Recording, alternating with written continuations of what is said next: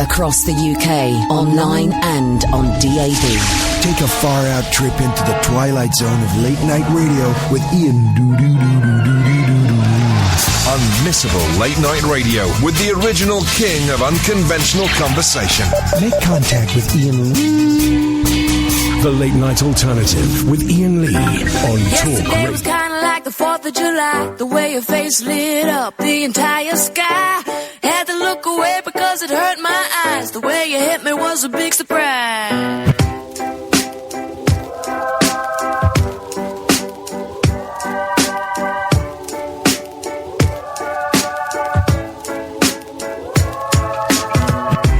Yesterday I really didn't know what to say. I wasn't making any sense, but I felt okay. Asked you if it was my birthday. This kind of thing don't happen every day.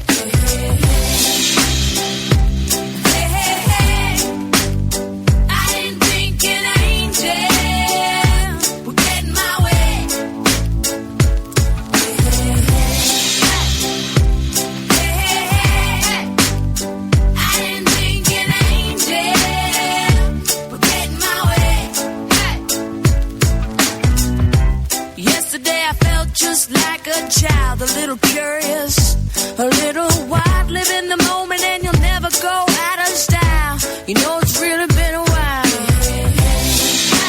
Hey, hey, hey, hey, hey.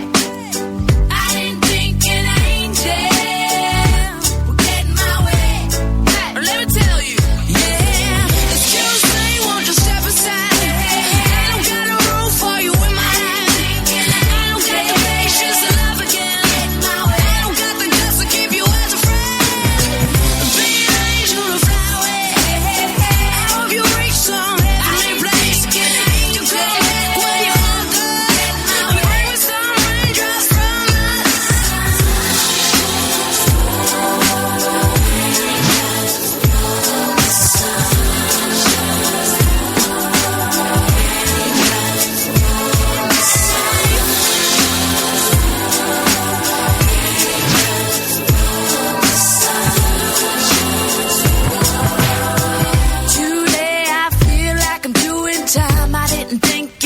Such a shameful crime. It's been a while since I let you go. Time don't let regrets go. Hey, hey, hey, hey, hey.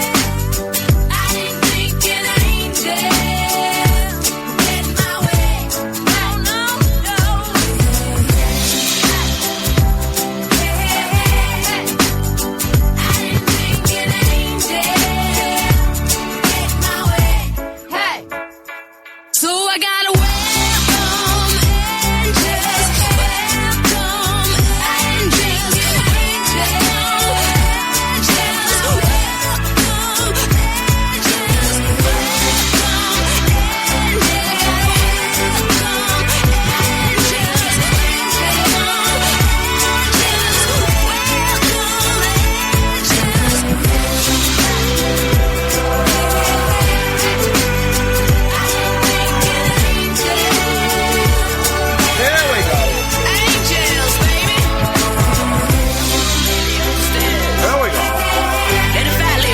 seat on the subway. Yep.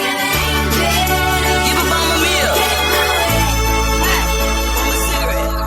And give it back. That's why I love Imani Coppola, because it's a sweet, uplifting, wonderful, beautiful pop song that my kids love to sing along to, and she just cannot resist. She cannot go a full 3 minutes 33 without putting in some rude jokes at the end. Give your seat to a fat lady on a bus. Just brilliant. That's why she's so brilliant, and we'll get her on the show again soon, goddammit. If it's the last thing I do. I want to make a film about Imani Coppola, and my plan is, I've not spoken to her about it yet, but she'll be fine, is I'm going to take a week off next year and go to New York and do a film about her in a week. I think I can do it. A nice little 45-minute documentary about Imani Coppola. Film her,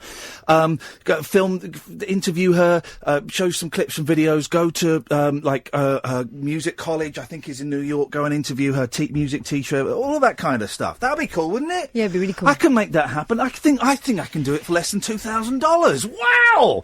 There's a plan, guys. Good evening, dear listener. My name is Iain Lee. I have eaten a pizza pig's vagina. What have you done with 2017? I haven't watched much of I'm a Celebrity. And today my youngest is really excited by it. And this is one of the reasons I did it. It's because I was on TV properly 15 years ago. It all kind of came to an end, apart from some other bits and pieces. Not really a lot. And so I did it so that my kids, who are going to be 8 and 6 very, very soon, would get to see me dicking around on TV. And it worked, because they are both really, really proud. And my youngest is especially proud, and he made me download the I'm a Celebrity app today because he wanted to show me my journey. There's a clip on there, Ian's journey, because he kept asking me all week, Daddy, what was the joke you told?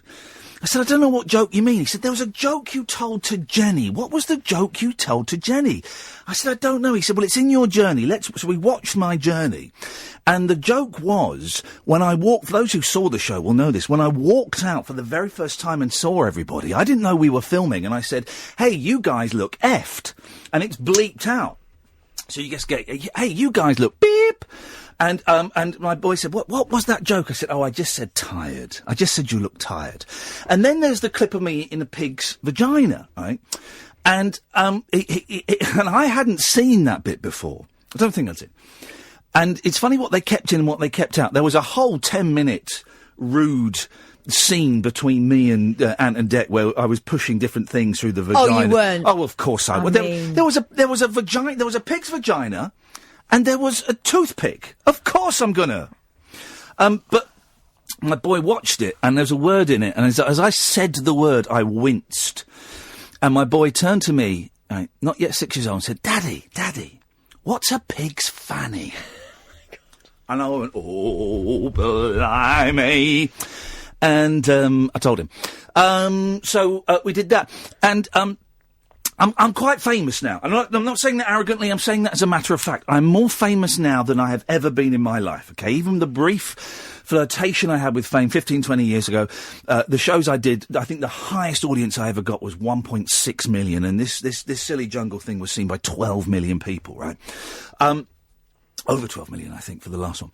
And so I'm like famous, right, for the first time ever. And it won't last, and it's a weird thing, and I'm finding it very funny and really silly and really dumb. And by the end of January, there'll be someone else. Dancing and Ice will be on, and they'll find someone else, and that's brilliant. So I'm enjoying it while it's happening. But you have seen my foot, Catherine. Because I wore the same socks for 10 days and 10 nights. No, it was 2 weeks and 2 weeks, 14 days. I slept in those socks as well, that same pair of socks.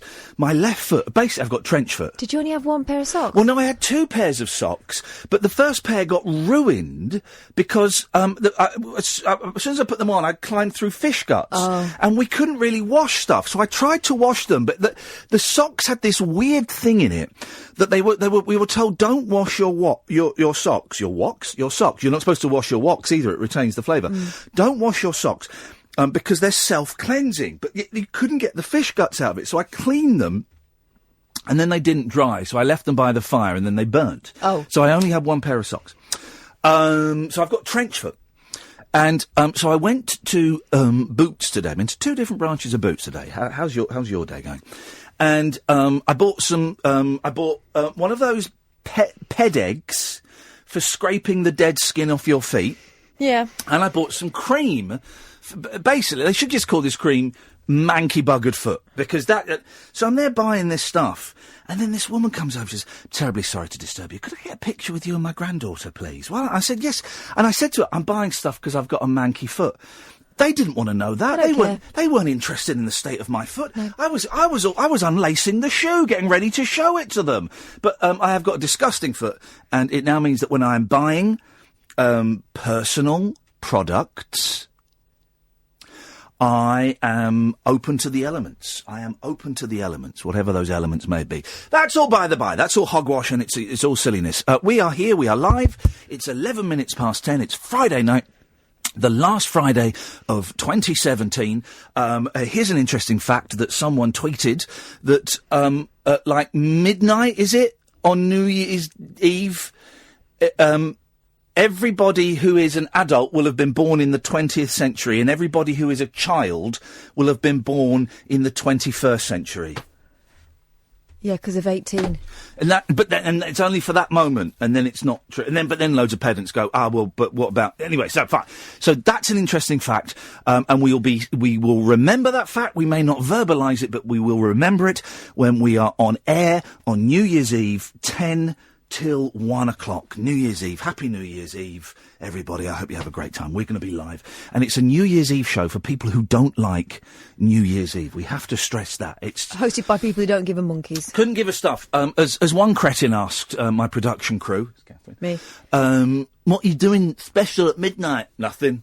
I said no, nothing. Nothing. We'll go to the news and then we'll come back and we'll take some calls and maybe play silly sausage. What? It's New Year. I went, yeah. So have you ever listened to the show? And we'll be right. And so what? So what? I'm tempted. We didn't do it last year. I'm tempted to not even mention New Year for the whole 3 hours. Shall we see if we can do it? Shall we see if we can do it? Let's see if we can go for the whole 3 hours without mentioning, not tonight, on New Year's Eve, without mentioning New Year. Let's do that. That's what we're going to do. We're going to play Uno. We're going to play Get My Sausage Out, and we're going to play games. And we'll just take phone calls and talk rubbish. Yeah, that's the thing. You want to know what rubbish we'll be talking? It will sound like this. Isn't that amazing? Good evening, Alan Caddick. Word. How are you, boss? Yeah, just think, Alan, you are broadcasting to the biggest audience this show has ever had. How does that make you feel downstairs? Amazing. Yes, sir. I've got a theory about this Sunday night show. Oh, have you? Go on. Let's hear it, mate. Originally, it was going to be a team up with Howard Hughes, because he's usually on that 10 till 1. Yeah. I thought you might be doing this special be unexplained. Here's the thing. I'm just going to leave that one unexplained. That'll please some people, but it might not please your regular listeners. Well, listen, you can't... As John Fitzgerald Kennedy famously once said, Alan, you can please some of the people some of the time. You can please none of the people for a bit more of that time. And for all of the people, that is a whole different kettle of fish. So just take those wise words, Alan, and let them settle. Well, I think I know we might have a special guest for Sunday. Who? Croaky the cockroach. Because he was famous from the jungle. I don't know idea what this man's talking about. I mean, define famous. Was there a cockroach called Croaky? I watched it and I don't...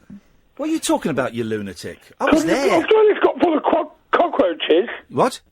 Australia's got full of cockroaches. Okay, I'm going to cut you off now because you're scaring me. There we go. I've not got a clue what he was on about. Gosh, he's changed, hasn't he? I've not got a clue what he was on about. 0344 499 1000 is the telephone number. The phones have been red hot all week. Well, that's faded.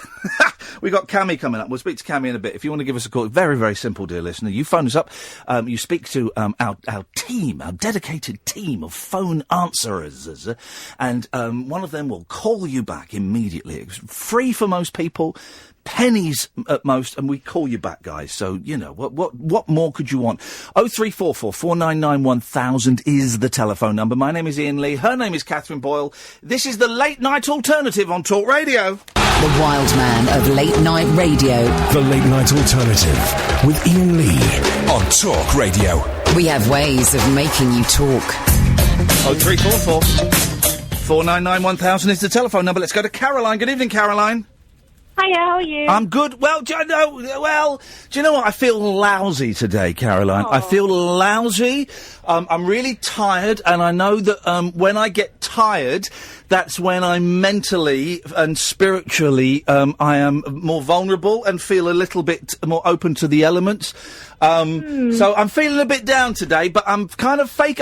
We had a good laugh before the show because we watched the new Vic and Bob show. And Catherine and I are both a bit nervous because it could have been rubbish, and it wasn't. It was brilliant, and one of our callers was on it. Oh, really? Yes, we used to have a caller called Buttery Clive, and he popped up playing Rod Stewart on it. We were over the moon. So it was good. How are you doing? Up in the world. Exactly. He's gone up in the world. How are you doing, Caroline? I'm very well. Good. What you got for us? I just wanted to complain about New Year's Eve. Yes! Welcome! You are in the right place. Complain away, s'il vous plaît. Well, New Year's Eve is my birthday. Ooh, Right. So I'm going to be 18 this year. Uh-oh, yep. And my God, the trouble I've had arranging stuff for New Year's Eve. Hang on a second. That puts you in a legal dilemma. Oh. Because New Year's Eve, well, you can't drink New Year's Eve. You can drink New Year's Day, but you can't drink New Year's Eve. I can because I'm 18 on my birthday. Yeah. Boy, hang on. Oh, you're 18 on New Year's Eve? Yeah. Or not New Year's Day? What time were you born, though? No, we don't go No, hang on. Born in the afternoon. Oh, she's sorted. She's fine. Okay, I thought you were saying. Sorry, I do apologise. I thought it was New Year's Day, right. and that would have been the dilemma. But and of course, dear listener, we all know that all teenagers wait until they are 18 before they start drinking booze, particularly in pubs. Although when I grew up, there were so many pubs where you could go and get served at the age of 16. 16. And I was tall, so I kind of looked a bit older, so I was always the one to go to the offie. I'd like a bottle of Thunderbird, please. But I had mates that looked like kids, and we would go, there were loads of boozers where you could go and get drunk. My granddad used to give us baby sham in, like, plastic beakers when we were... Hey, I'll have a baby sham. I was about 6. I think he thought because it said baby on it. It's got booze in it. It's got booze in it. It's got booze in it. What are you drinking these days then, Caroline? Hooch? Is it 2 dogs? What's going on there? I don't really drink, to be honest. I don't see the appeal. No, it is horrendous. I haven't had a drink for 13 years, and good for you. Well, yeah. So why is it a dilemma? Tell me because you want to have a party and everyone wants to go out to celebrate New Year's. Well, here's the thing. So I am going out clubbing. Yes. Oh. But normally, like, I've never done anything on my actual birthday before because everyone's always out. Oh. It's just a bit rubbish. I think you need to ditch your friends. No. Yes, your friends sound like losers to me, Caroline. They sound like losers. No, they're not. They're great. Oh, okay. In that case, I apologise. I apologise for dissing your friends. Like family stuff, like, they're always just out seeing family and not. No, I don't mean like going out. Yeah, okay. We're quite tame, to be fair. Yeah, no, but you're going to a nightclub, are you? Yes. And is it going to cost you an absolute fortune? Because they really like to ramp up the prices, these places, don't they, on New Year's? Well, you have to buy tickets in advance, so we bought tickets. How much is a ticket? They were £6, but then we left it too late and they were 11. Well, hang on, that's quite good. She's going to a classy place then. Yeah. It's 11 quid. That sounds like an absolute bargain. It was okay. It was decent. Okay, good. All right. Well, listen, I hope you have a wonderful birthday. People always say this thing, if you got your birthday near Christmas, then it's rubbish. I don't buy that. I think that people would overcompensate. If my boy's birthday's, it's in January, so it's some fair thing. But if our kid's birthday was like Christmas Day or Boxing Day or New Year's Day, I would personally overcompensate and buy them like more than double the presents. Yeah. Right. Is that what happens for you? It's pretty normal to be. Yeah, it's normal presents, but I'm grateful for that. Yes, exactly. We should all be grateful for those, Karen. Well, listen, I hope you have a wonderful birthday. Oh, thank you. And enjoy it, and we'll speak again soon. Yes, we'll do. Thanks a lot. Bye-bye. Oh, we'll never speak to her again while she's 17. Well. No, she might phone up later on and tonight. And well, that'd be nice, wouldn't it? Say she's changed her mind about having a birthday. Let's go to Tammy. Good evening, Tammy. Hi. Hey, Tammy, how you doing? Good. I just wanted to phone to see if you remembered me from last week. Of course I do. Yeah, from last week. Yeah. Tammy from last week. Yeah. Tammy. Tammy, you remember Tammy from last week? Yeah, it's Tammy. Yeah. From last week. Oh, hiya, Tammy. Of course I remember you, Tammy. How you? What's happened for you since we last spoke? Christmas. I don't know. Christmas, yeah. Christmas and Adele. I don't know. Oh, and you don't know Christmas, and you don't know Adele. She's a really famous singer. I would have thought you'd have been aware of her pop songs. Yeah. There we go. Remind me of your friend who's with you. Who's with you? My friend Lucy. Lucy. Yeah, I'm using earphones. Yeah, I've got good. Set it on mine. Good. I'm glad you're using Lucy's phone. That's what. Listen, if you can't, hey, why don't you go through her texts and see what? Shut up. Shush. No, I'm not. I wasn't telling you to shut up. I was telling her to shut up. Why don't you, when this phone call is finished, but pretend you're still on the phone, and then just look through all her texts and see, pictures and texts and see what's been going on there. I'm on speaker. Oh, Tammy! Textbook error. Tammy, next time don't put us on speakerphone. I'm sorry. You've blown it. What are you doing for New Year's Eve, Tammy? I'm going to a party, my sister's party. Oh, is it going to be boring? No, it's going to be fun. Okay, no, fair enough. Is it a dressing up party? No, just a normal party. Is it like is it like a sort of, when you say your sister, is she like inviting your mum and your nan and all of those kind of people, or is it like your sister's quite cool and she's going to be inviting lots of teenagers and people in their 20s, and there's going to be booze and maybe some Adam Ant records and stuff? Yeah, what you're saying is, will it be a dancing party or a mum party? My mum's going to be there, but my nan isn't because she hates my nan. Oh! We're going to have some alcohol, yeah. Oh yeah, and is Lucy going? No. Good. It's just a family. Because she talks too much. Is your mum a little bit of a raver? Yeah, she went to the pub yesterday for my dad's birthday. Yeah. She was sick. She had that many drinks. And did she, I bet she went in those wet look leather trousers, did she? Probably. Yeah, and she went and got sick in the pub celebrating her old man's birthday. Yeah, but at least them trousers are wiped clean. Exactly. That's what makes them so attractive to women, is that you just get a J-cloth, wipe it down. Beautiful. Just get a J-cloth. Isn't it? Well, I hope you...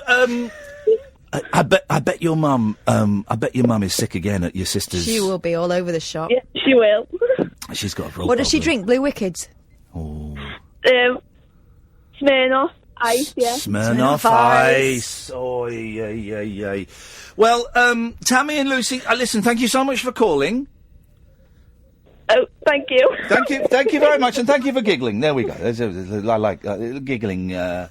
See, I was a cross there between. I was like I don't want to say 'cause it sounds patronising. I was like a children's entertainer. Yeah. There, but not saying they were children. But I knew what words to throw into the mix. Yeah, it's a similar kind of soft teasing you do to my children, but less booze and leather trouser talk. Yes.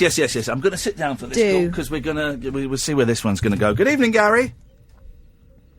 Hello, yes, it's Gary. How are you today?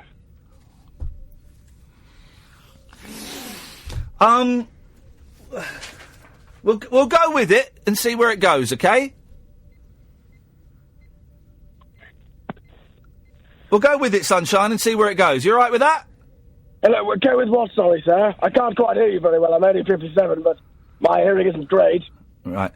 I'm going to say you're 17.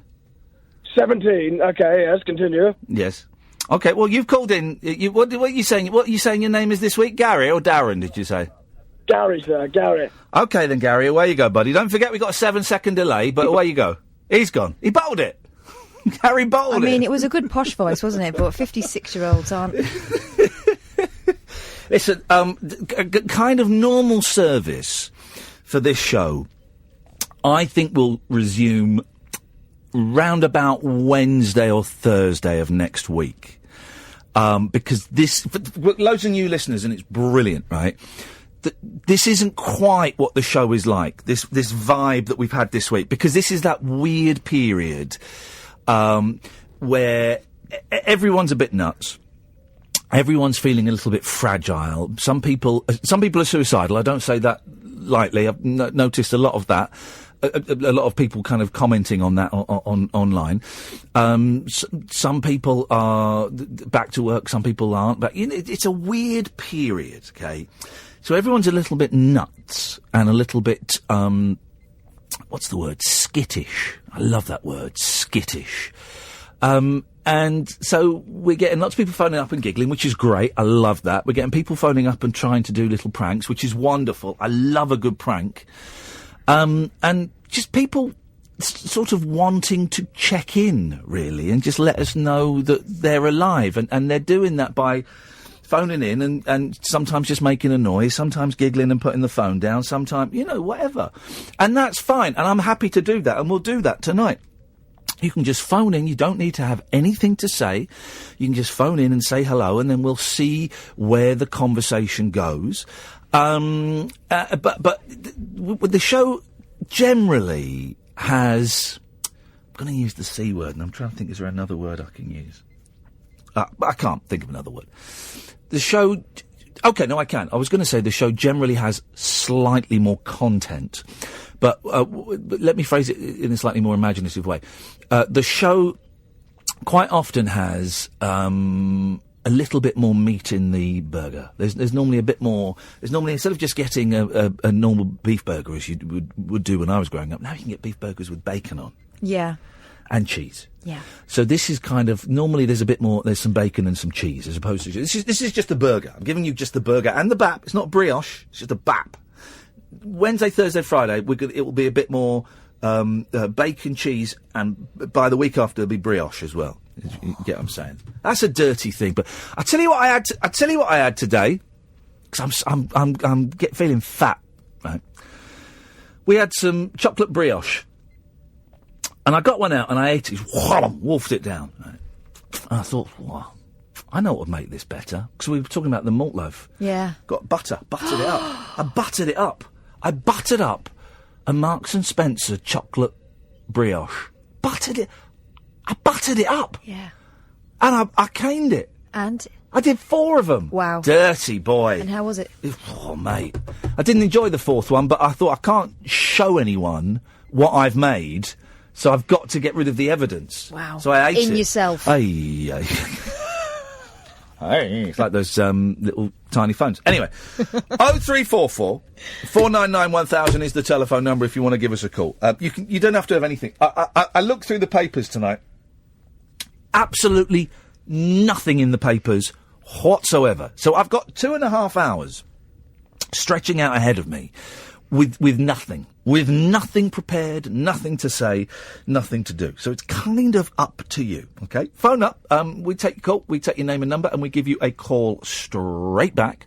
0344 499 1000. My name is Iain Lee. Her name is Catherine Boyle. This is the Late Night Alternative on Talk Radio. The Late Night Alternative with Iain Lee. On air and off the leash.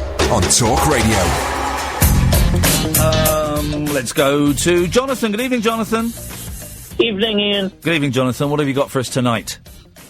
I've just finished reading the Trump prophecies, and I come away with the feeling that there's a part of me that wishes I was Polish. Okay. The Trump prophecies, this isn't more nonsense from Nostradamus, is it?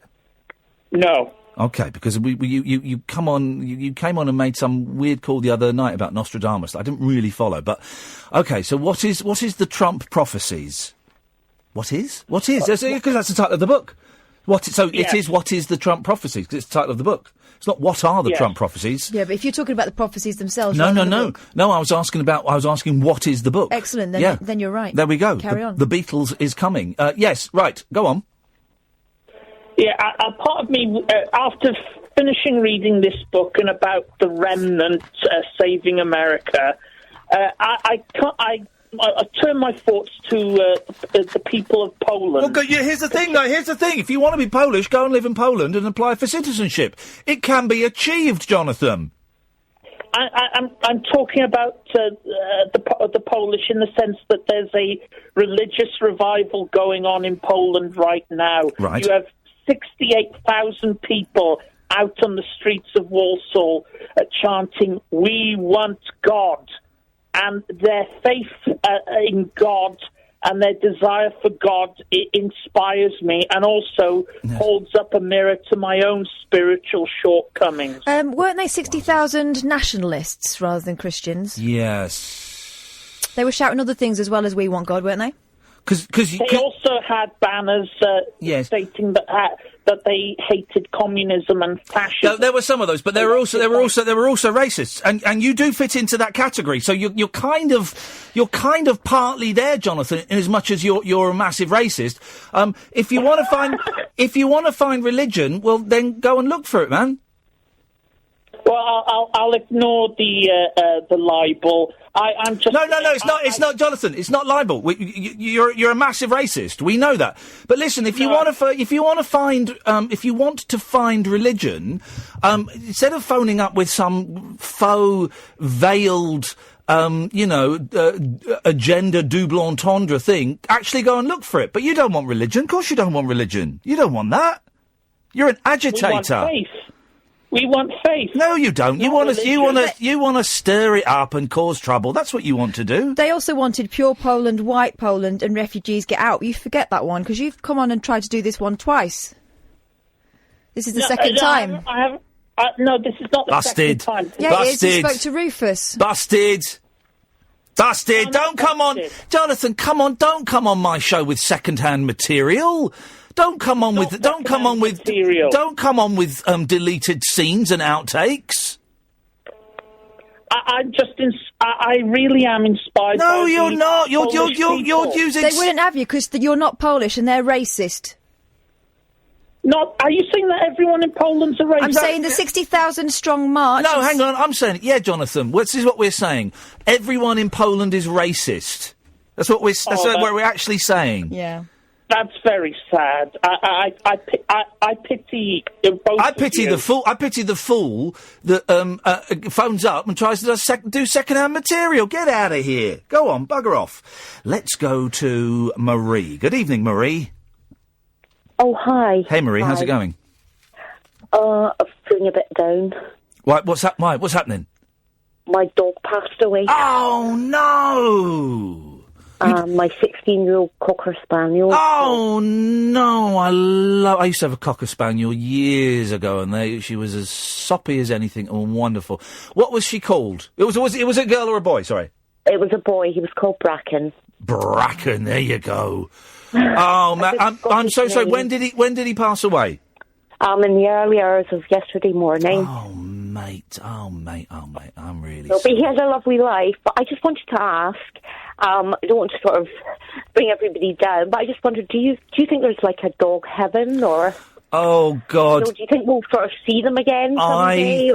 I think that when we die, the light switches off and that's it. It's game over. But you don't want me to. You don't want to hear that from me. No. Of course, there's a dog heaven, and he's up there waiting for you. And when you die, then the first person to meet you is Bracken. Yeah. Oh, it's horrible. I've got I'm more of a cat person than a dog person. Although we've got a dog, but I'm still more of a cat person. And my cat is 3 cats as well. My cat is really old, Marie. She's going to be 19 in March, and I know that that time is, we're running out of time with her. Yeah. And I'm going to be devastated when she dies. That we're going to do a week of shows in memorial to Velvet. I'm going to wear a black armband for a month, and it's going to be horrendous. And people who don't have pets don't get it. Just go and buy another one. And of course, it's like saying, that they are like your children or your brothers and sisters or whatever relationship you've developed. And, when you lose a brother or sister or a child, you don't just go and get another one. It's impossible. I got that today from somebody, you can just you'll get another one. Yeah. And I also got, it'll take a couple of days. Ooh. People just don't understand. They mean well, they mean well. They weren't being mean, but no, they don't understand. So there. Listen, I've never phoned a radio show before, and I'm a new listener. Oh. I used to watch you on, I think it was like Big Brother's Bit on the Side. Yeah, I used to do that. I used to do that, yeah. You used to do that, and I watched you in the jungle, and I just thought you were fantastic. Hey, Marie, thank you very much indeed. And I have been listening since you've come back, so you've got a new sort of wicked dedicated listener. I love that. Can I ask how you plan to send Bracken on to the next place? You don't have to answer that if that's personal or it's too upsetting, but I just wondered, you know... I took him to the vets yesterday, and it's a place called Elysian Field, so it's like he's having like a private cremation, and I get his ashes back next week. Beautiful. Okay, well that's something special, isn't it?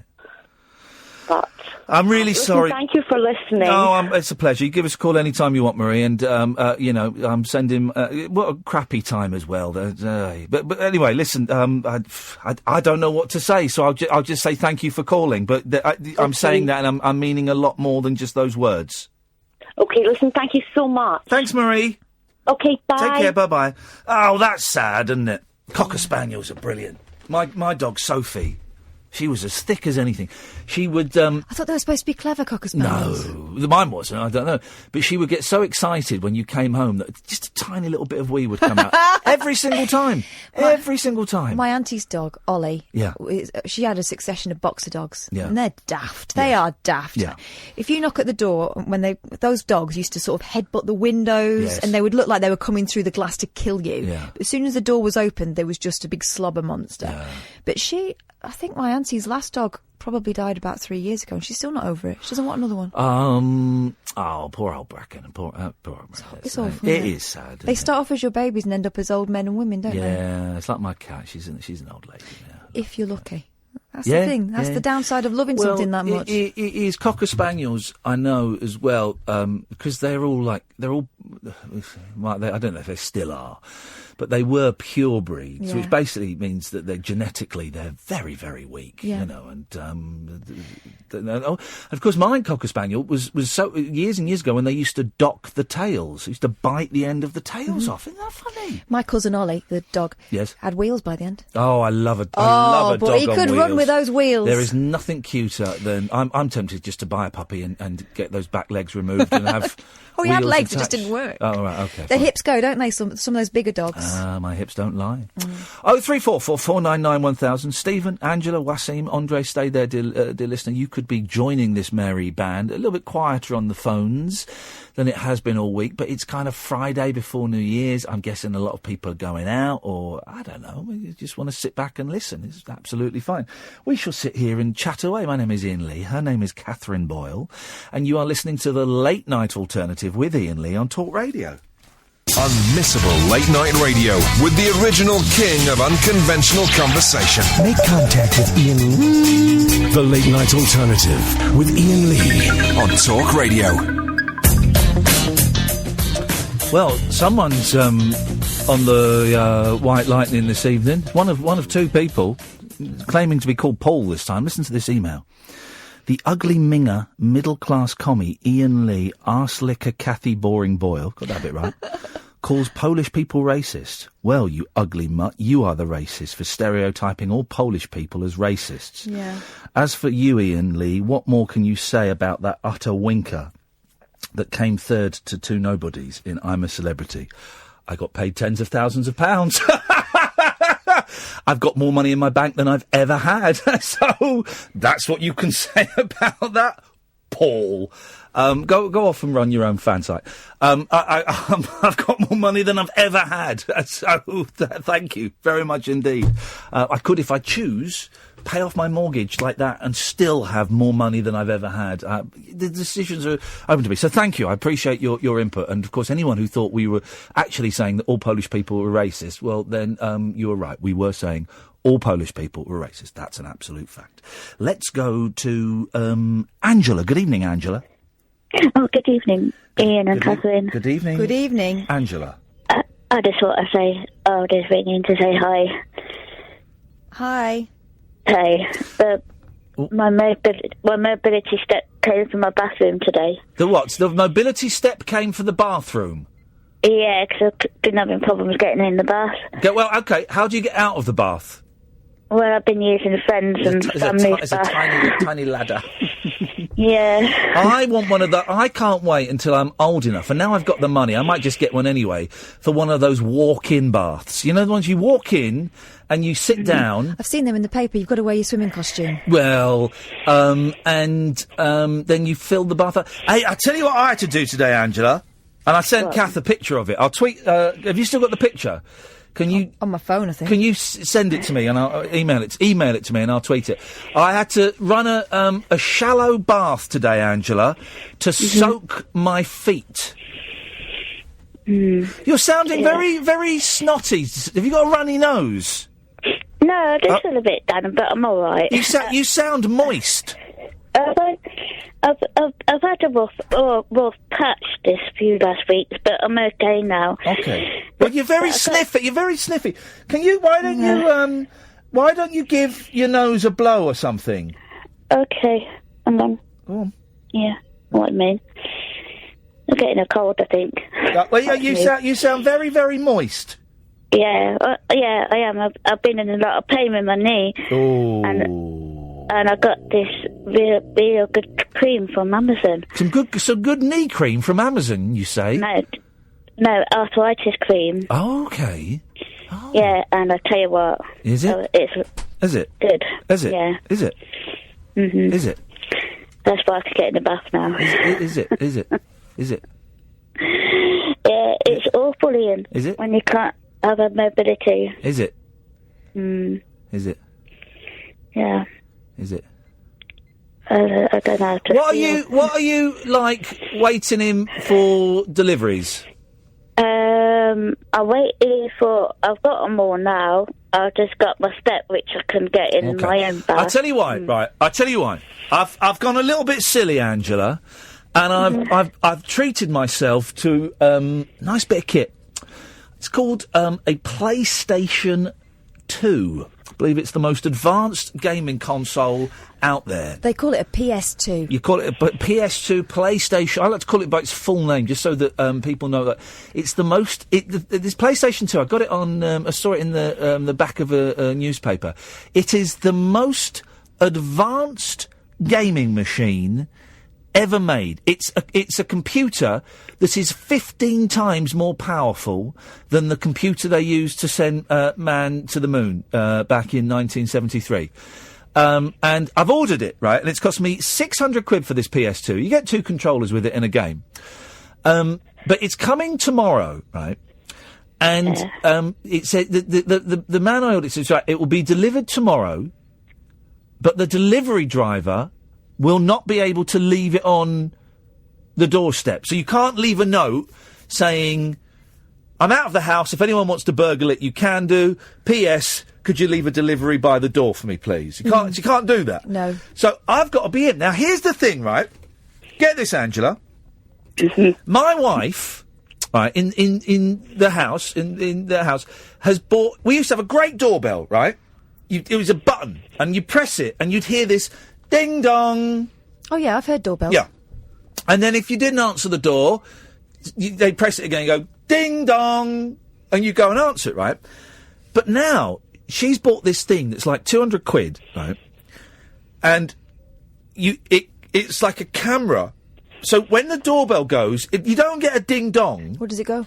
Your phone buzzes and it says there's someone at your door. Oh. And so you're supposed to be able to then press the button on your phone and you can see who's at the door and speak to them, right?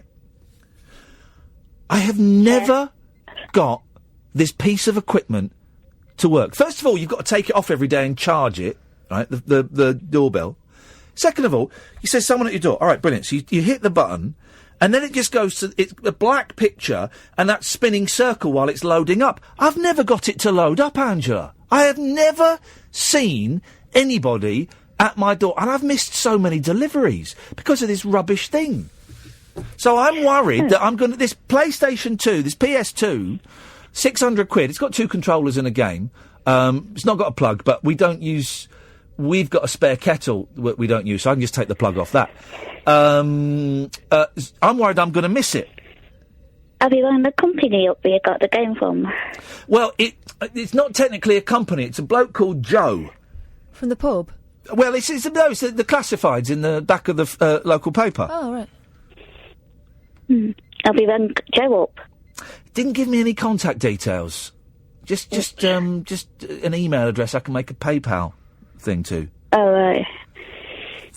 Yeah. Okay. I see your problem. All right. Keep trying anyway. Keep trying, Angela. Thank you very much indeed. Was he really PayPal, or did you just give him your all your account details? I just whacked over 600 quid. I'm loaded at the moment. Good evening, Sandra. Hi, Ian. How are you? I'm good, thank you, Sandra. How are you? I'm okay, thank you. I've got a bit of a chest infection. It is the season to have the chest infections, it would appear. I know. It's horrible, absolutely horrible. Well done, I'm celebrity. Oh, thank you very much indeed.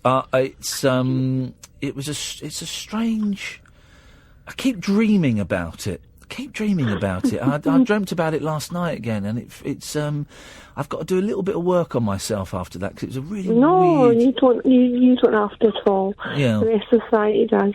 It was a weird old experience. Anyway, what you got for us, Sandra? Oh, yeah, I'm just wondering when you're coming up to Glasgow. Are you coming up to Glasgow? We are coming up to Glasgow, and you know what? Actually, we've been talking about this for ages, and we've yet to find a venue. What we need, maybe you can help. What we need is a venue that holds sort of 60, 70, 80 people. Mm-hmm. And that's it, actually. That's all we need. It needs Wi-Fi. I've got one, actually. Hey, Sandra, you're not the Sandra that has been emailing me about this, are you? Yes. Oh, there you go. There we go. Right, this is it. Fantastic. Well, you did that, right, and I didn't reply to your last email. Here we go. Right, you found a venue for us, have you? Yes, I have, yep. What is it? It's called the Pipers in Glasgow, and it's right in George Square. Oh, and George, the Pipers, Glasgow. With the magic of computers, the Piper Bar. That's it, The Piper Whiskey Bar. Here we go. We're having a little look-see at it. Hang on a minute. Oh, I'm looking at pictures. Drink, enjoy. There's a lot of whiskey. Oh, there's a lot of meat. Oh, there's a lot of meat and a lot of whiskey. And they have bands. Hey, that looks all right, doesn't it, Kath? Yeah, it does. Yeah, and it's got Wi-Fi as well. Oh, mate. So. We're in. Yep. Okay. Yeah, you're going to come in. We'll be there on next Tuesday. Next Tuesday? No, we won't be that soon. Hey, listen, do you know what, Sandra? That is brilliant. I'm going to have a little look at that. Everything will be busy with all kinds of parties and stuff. Well, me and Kath will have a little look at that, and then next Tuesday, if we think it's good, we'll send them a cheeky little email and see what we can sort out for maybe May. Probably May or June it will be, I think. Oh, excellent. We're looking forward to it, because we are going to come down and see it when your podcast's live. But no, wait. We may be coming. We've been meaning to come to Scotland for ages, and it's bad of us that we haven't done it yet. But this looks good. Not at all. Not at all. We're coming. We're coming, Sandra. Thank you for your help, my love. You take care. Speak to you soon. Ta-ta. Bye. Bye-bye. She's been very, very helpful and emailing and kind of asking what for and all that. That might be all right, that. We'll have a little look. It looks good to me. We'll have a little look at that. Thank you for that. That's beautiful. Let us go to Jake. Good evening, Jake. Hi. Hi, Jake. I called yesterday night and you kind of put down the phone on me, but I just want to say hi again. Now, you're the one at the end of the show? I'm the good one, yeah. Right. Were you the one that was tweeting about me? Yeah, I was annoyed, to say the least. Yeah, okay, because you were really, really rude about me on Twitter. I wasn't really rude about you on Twitter. I just pointed out something that was quite obvious. Hang on a second, because first of all, your name isn't Jake. Yeah, that's for privacy reasons. Okay, but then okay. So let's read it. Let's see if this is rude or not. Sure. In inverted commas, comedian. So that's being sarcastic, okay? Yeah. Comedian Iain Lee just put the phone down on me during his live talk show on Talk Radio. Has the man no ability to answer questions? Stop being so paranoid. I came with sensible questions just to be greeted by some childish remarks and sound effects. Yes. Right. That's not rude. No, that's not rude. That's exactly what you were like yesterday. No. It's rude. Fine. Okay, it's rude, but it's true. No, well, okay, well then it's not true because let's go to we can deconstruct this word by word if you like, Jake. Sure. Comedian in inverted commas. That's rude.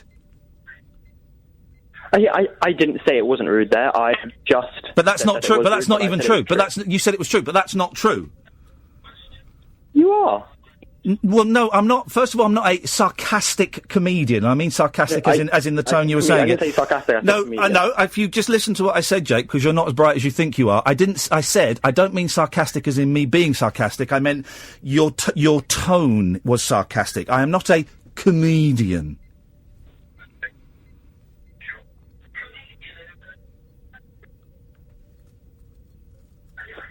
Come on. I don't want to kill your second opportunity, Jake. Come on. No, okay, yeah. So, can we talk about something else? Maybe. No, it's my show, and you were rude about me online, and you were rude. You were rude when you called in last night. So let's deal with this. Rude last night. I wasn't actually. Yeah, rude you last were. night at all. You were. It's just a fact, Jake. It's just a fact. I'm a celebrity yesterday. Jordan, you put the phone down to me. I just wanted to find out. Jordan. It's just a fact. I'm just saying a fact. That's all it is. Whatever. It's a fact. Can you answer my question from yesterday at least? No. Why should I? What do you mean, why should you? Because that is kind of how it should work. No, listen, mate, you go and do your radio show the way you want to, and I'll do mine the way I want to, which is not, this is how it should work, with some rude little oik phoning me up, being rude and mean and thinking he's cleverer than he is, then going online and being rude, and then phoning up again for a, quote, opportunity. No, that's not how the show works, Jordan. Fine, okay, fine. Can you please just answer one question? No, I'm not going to answer any of your questions. Oh my, really? You've got the radio on. You don't even know how you have to turn the radio off. Fine, 1 minute. Let me walk out the room. It's because I was watching the online thing just to wait until you were answering. You go and do that. Thanks very much indeed, Jordan.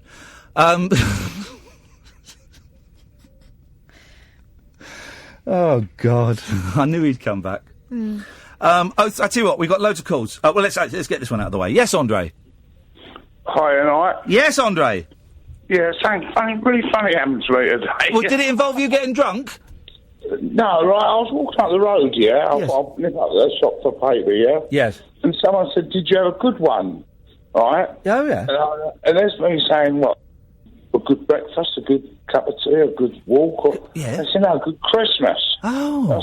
I said, what are you talking about, mate? Yeah. And I thought he was drunk or been a bit delirious or something. I said, it's been birthday, mate. What are you talking about? Yep, still doing that one. A good one. Yep.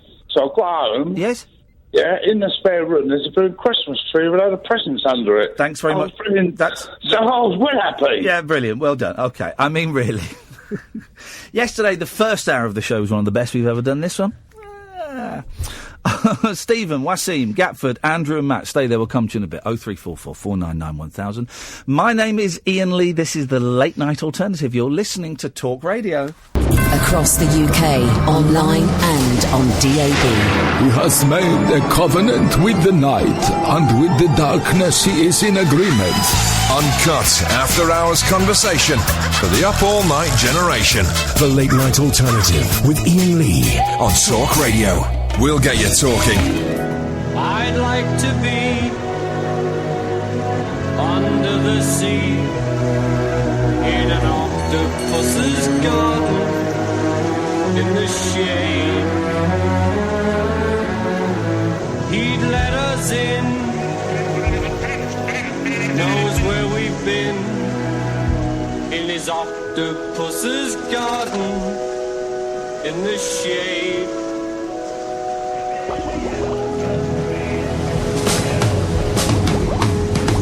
I'd ask my friends to come and see an octopus's garden with me.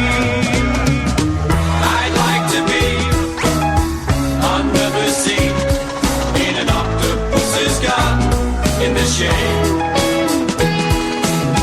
We would be warm below the storm in our little hideaway beneath the waves, resting our head on the seabed in an octopus's garden near a cave. We would sing and dance around because we know we can't be found. I'd like to be under the sea in an octopus's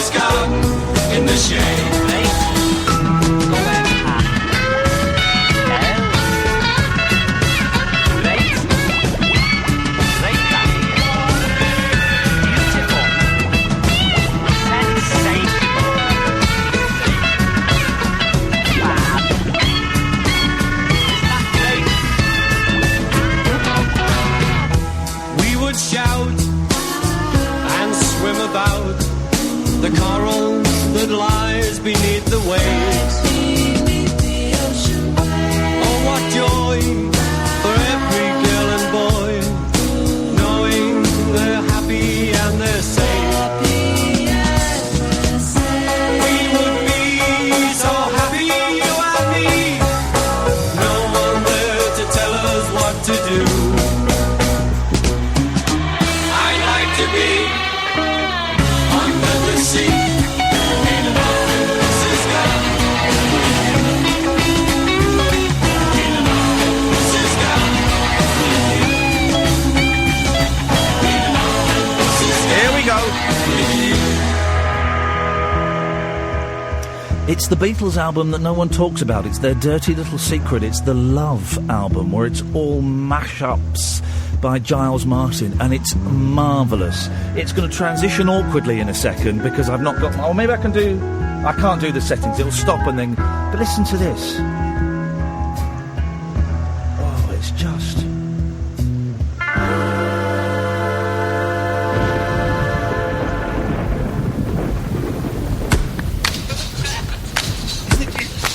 Great! No awkward transition. It's going... I'm going to play the whole album. Stuff it.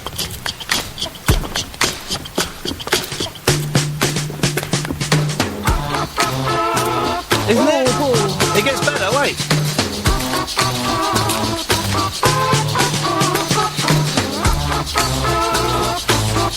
Here we go.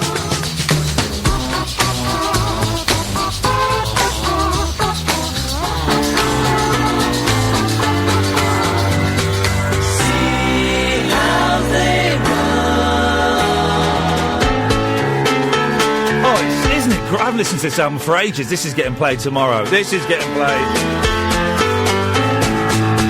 Yeah, it's a great album. Listen to it. Just listen to how it starts. Right, indulge me for 2.5, 3 minutes. This is how the album starts. Right, listen to this. Shh, here we go. Be with you in a second, callers.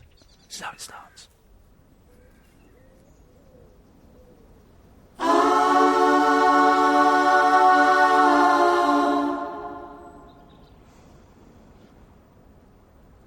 Because the world is round, it turns me on.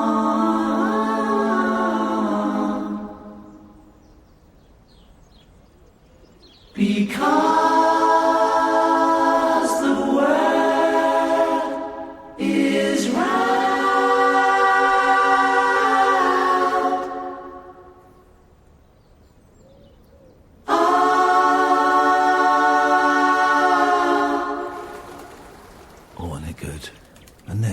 Because the wind is high, it blows my mind.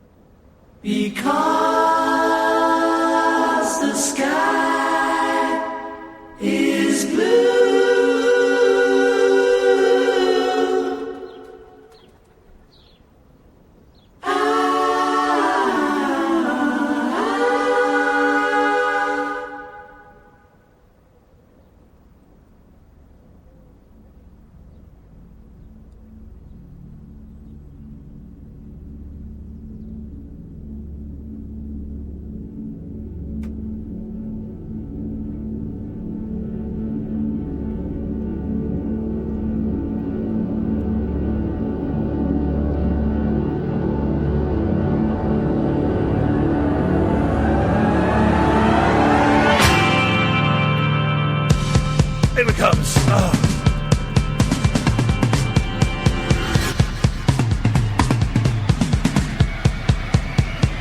What an opening to an album.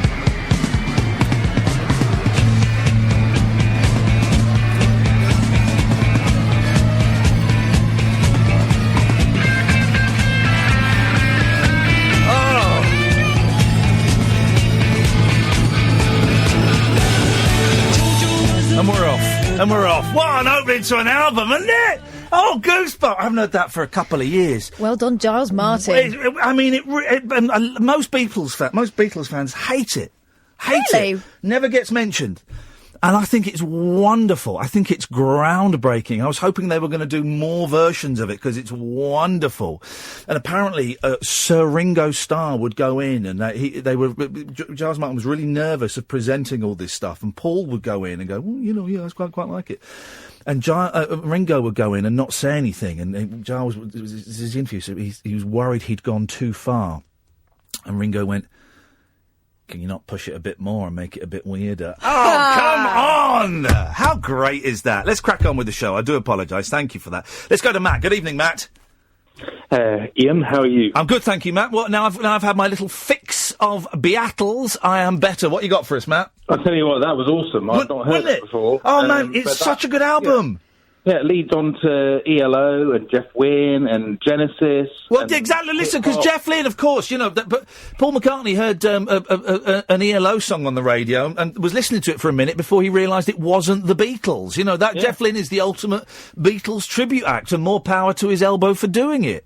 Damn right, yeah, but that stuff, that kind of, you hear that, you realise how influential the Beatles were. And the older I get, the more I realise that the Beatles, which I've always thought were, my dad loved the Beatles, and I used to listen to them when I was a kid, but it was just like, old stuff. But the older I get, the more I realise, wow, they were the origin. Yeah. Oh, I love it. I love it. But everyone, go and treat yourself to the Love album by the Beatles, and I'll be listening to it tomorrow. That's what's going on in my car. I'm going to download it right after I finish this call. Nice one, Matt. Thank you. What you got for us, Matt? Well, I was going to say to you, first of all, congratulations on a fantastically interesting year. Thank you. Yeah, yeah. Well done for spotting that. Yes, it has been it's been a year. It's definitely been a full 12 months for me. Yes. Yeah, man. I mean, God, it's had its ups and downs. Isn't It's been here and there and everywhere, and you come out on the other end going, yep, I'm me, and screw you, basically, which congratulations to Thank you, Matt. I appreciate that. Are we allowed to talk about Christmas presents? Yeah, of course we are. We talk about anything you want on this show. We can talk about Christmas presents. Yeah, go on. What'd you get? Okay, well, so on Christmas Eve, my brother, who's come over from Australia with his family, we sat down around the table, and he was going, so what do you reckon about things like Amazon Alexa and Google Home and all that stuff? Yeah. And I obviously said, well, I think it's all a load of rubbish, isn't it? Why would anyone have one of those? Absolute crap. Why would anyone buy one? You've got to be an idiot. Anyway, he bought me a Google Home for Christmas. Of course he did. He was fishing. He was fishing. Oh, no. Yeah, he was absolutely fishing. He completely done me over. And because listen, my mother-in-law's got one for Christmas, and she's got a Greek accent, so it doesn't understand a word she says, right? Yeah. But I've been playing with it. I can't quite see the point of it. No, I can't either. And that was why I was calling in, was to see if any of your listeners. I was hoping Stephen Murdoch might be around tonight, but obviously he's probably off doing time somewhere. But can anyone explain what they're supposed to do? I've plugged it in. I've downloaded the app onto my phone. So far, it's been able to tell me what time it is and what the weather is outside. And I thought, well, I've got a watch and I've got a window, so why am I... Have you, and let's annoy everyone now, shall we? Alexa, read my mind. Have you done that? No, but I've done, hey Google, open the pod bay doors. What? Oh, what happens there?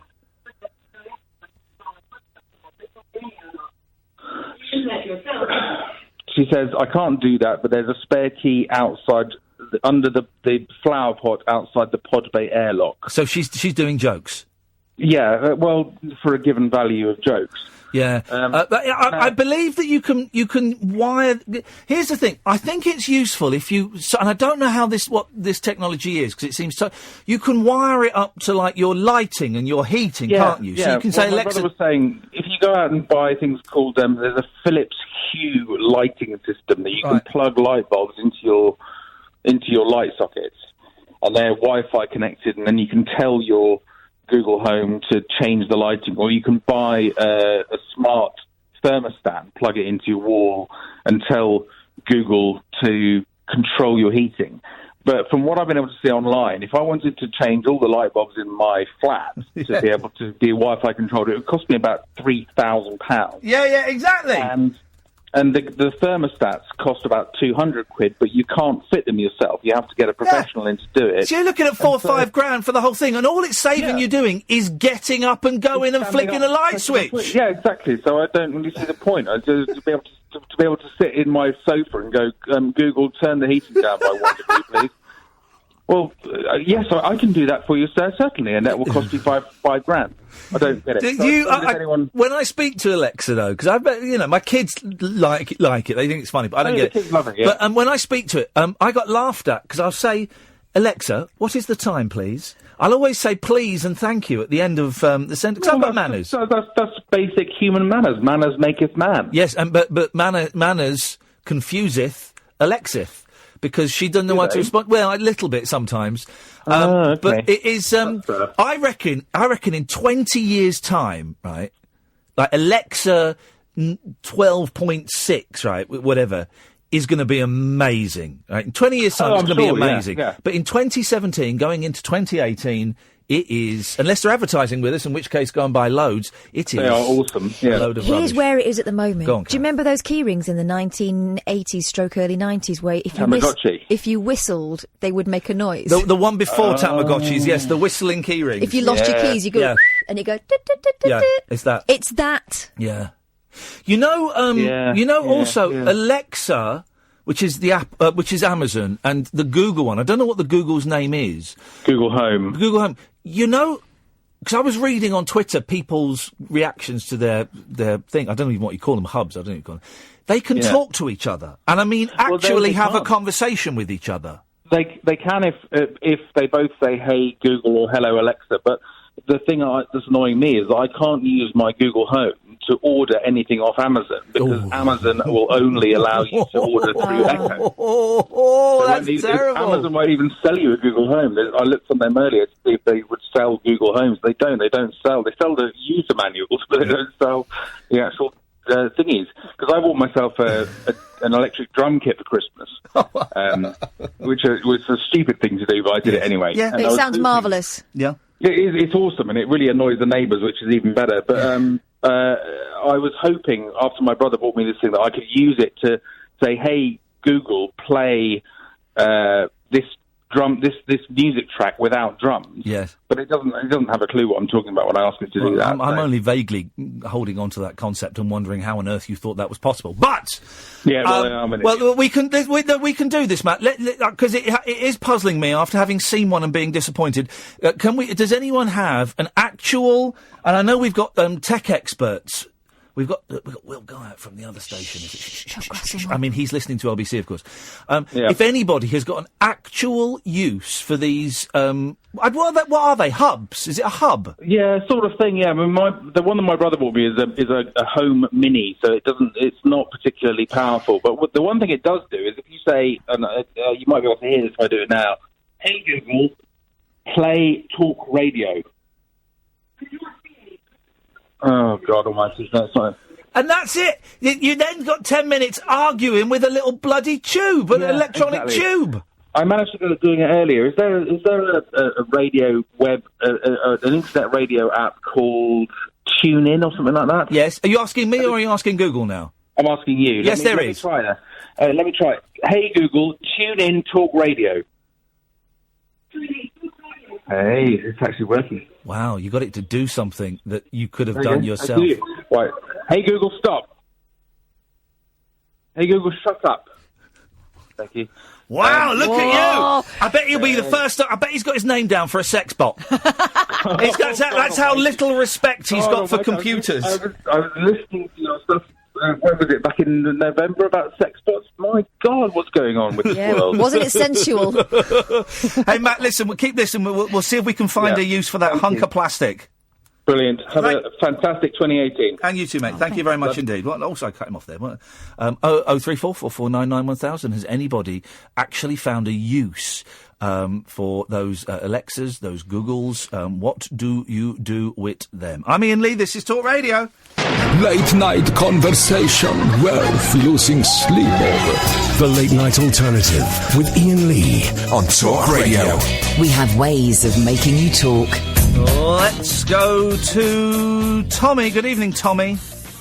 Hello, what do you think of Bitcoin? Sorry? What do you think of Bitcoin? What do I think of Coin. Bitcoin? I've never heard of it. What is it? If you don't know it, let me give you another question. Okay. Yeah, Does he think you're Alexa? let's go to Josh. Evening, Josh. Hello. Hello, Josh. Oh, hello, and I'm here with all my friends. I wanted to call you up and speak to you. Okay, well, let's speak. Who should I speak to first? Okay, so Emily. We've got Emily here. Hiya. Hi, Emily. How's it going? I'm good. How are you? I'm fine, thanks. Why are you hanging out with Josh? Because we're at a party. Yeah, a kind of party that listens to a speech-based radio station. All right! Exactly. This is the kind of party that I always ended up at and wished I was at the cool party where Adam Ant was playing. Where we end up. Yeah, we're at someone's 40th. Flipping heck, that has got to be a depressing 40th, listening to the radio, and it's not even Heart. No, they're doing karaoke now. Oh. Ian? Yes? Oh, yeah. So, what are you doing for New Year? I'm working, mate. Oh, that's depressing. No, it's not depressing, it's great. I've volunteered. Oh. What are you doing for New Year? I bet it's more depressing. Getting pissed, I heard. Getting pissed. Well done. That's depressing. Thank you for speaking. For speaking? I don't really know what to say. Okay. I would suggest whatever it is you're doing, maybe you've had too much of it, huh? Yeah. Thank you. Yeah. Okay. Thank you. No, thank you very much indeed, guys. That's fun. Drunk or whatever they were. What fun guys. Amanda. Hello. Hello, Amanda. Hello. I wish I could do a Scottish accent, but I can't. Although that one's not so bad. It's not bad. It's not bad, the one I'm doing now. Doesn't sound Scottish to me. Well, who are you to judge? Oh, there we go. Yeah, aye. Who is she? Who are ye to judge me? Aye. Amanda's from Scotland. Aye, she's from Scotland, but she's not hi, from. She's not from all of Scotland. She's from a region in Scotland. I could Where? be from a different region. Where are you Actually, I'm from South Africa originally. I had a South African accent up until I was 11. And then I came to Scotland, and now I've got... Oh, that was seamless! That was seamlessly done. Oh, hats are being doffed. Hats are being doffed at that. That was wonderful. Oh. You all right? I'm just falling asleep. That's what I thought. That was your hat being Tell doffed. me, what do you miss about the 80s?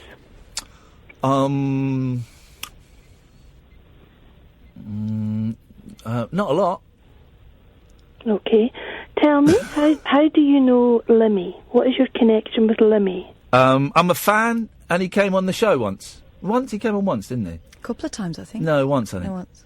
Yeah. We went to his... I'm a fan, and he came on the show once. Oh. And we tweet each other from time to time, and he's very polite about me. He is. He's polite. Oh, I've never known him to be polite. He is. He's polite to me. He's very polite to me. Gee whiz. Yeah, I know. I like Limmy. Do you not like Limmy? No, I do like him, but in small doses. Small doses? Aye. You said doses, not doses. Well... Okay, let's play a game. Words that sound like, dose. I'll start. Dose. Nose. No, it doesn't sound like it. You're out, Catherine. Dose.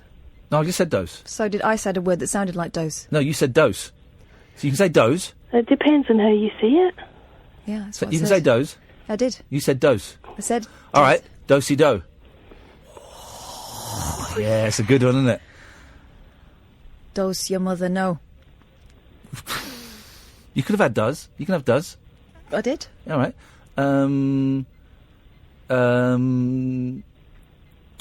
Dows. This is a great game! A dose your shoes. Oh, yeah. All right. See your foot. I want to tell you before you Sorry. cut me off. Oh, yeah, sorry, man. We're there. playing words that sound like dose. It's a great game. That's a great game. I didn't think that would have any staying power, but that's a No, great game. I might go back to... no, it's Sorry, not. Amanda. Your foot. You should be using the scraper thing on your foot when it's dry, not when it's wet. Well, no, I did it when it was dry. All right, okay. I heard you saying you put your foot in the bath. Yes, and then do you know what I did afterward? What?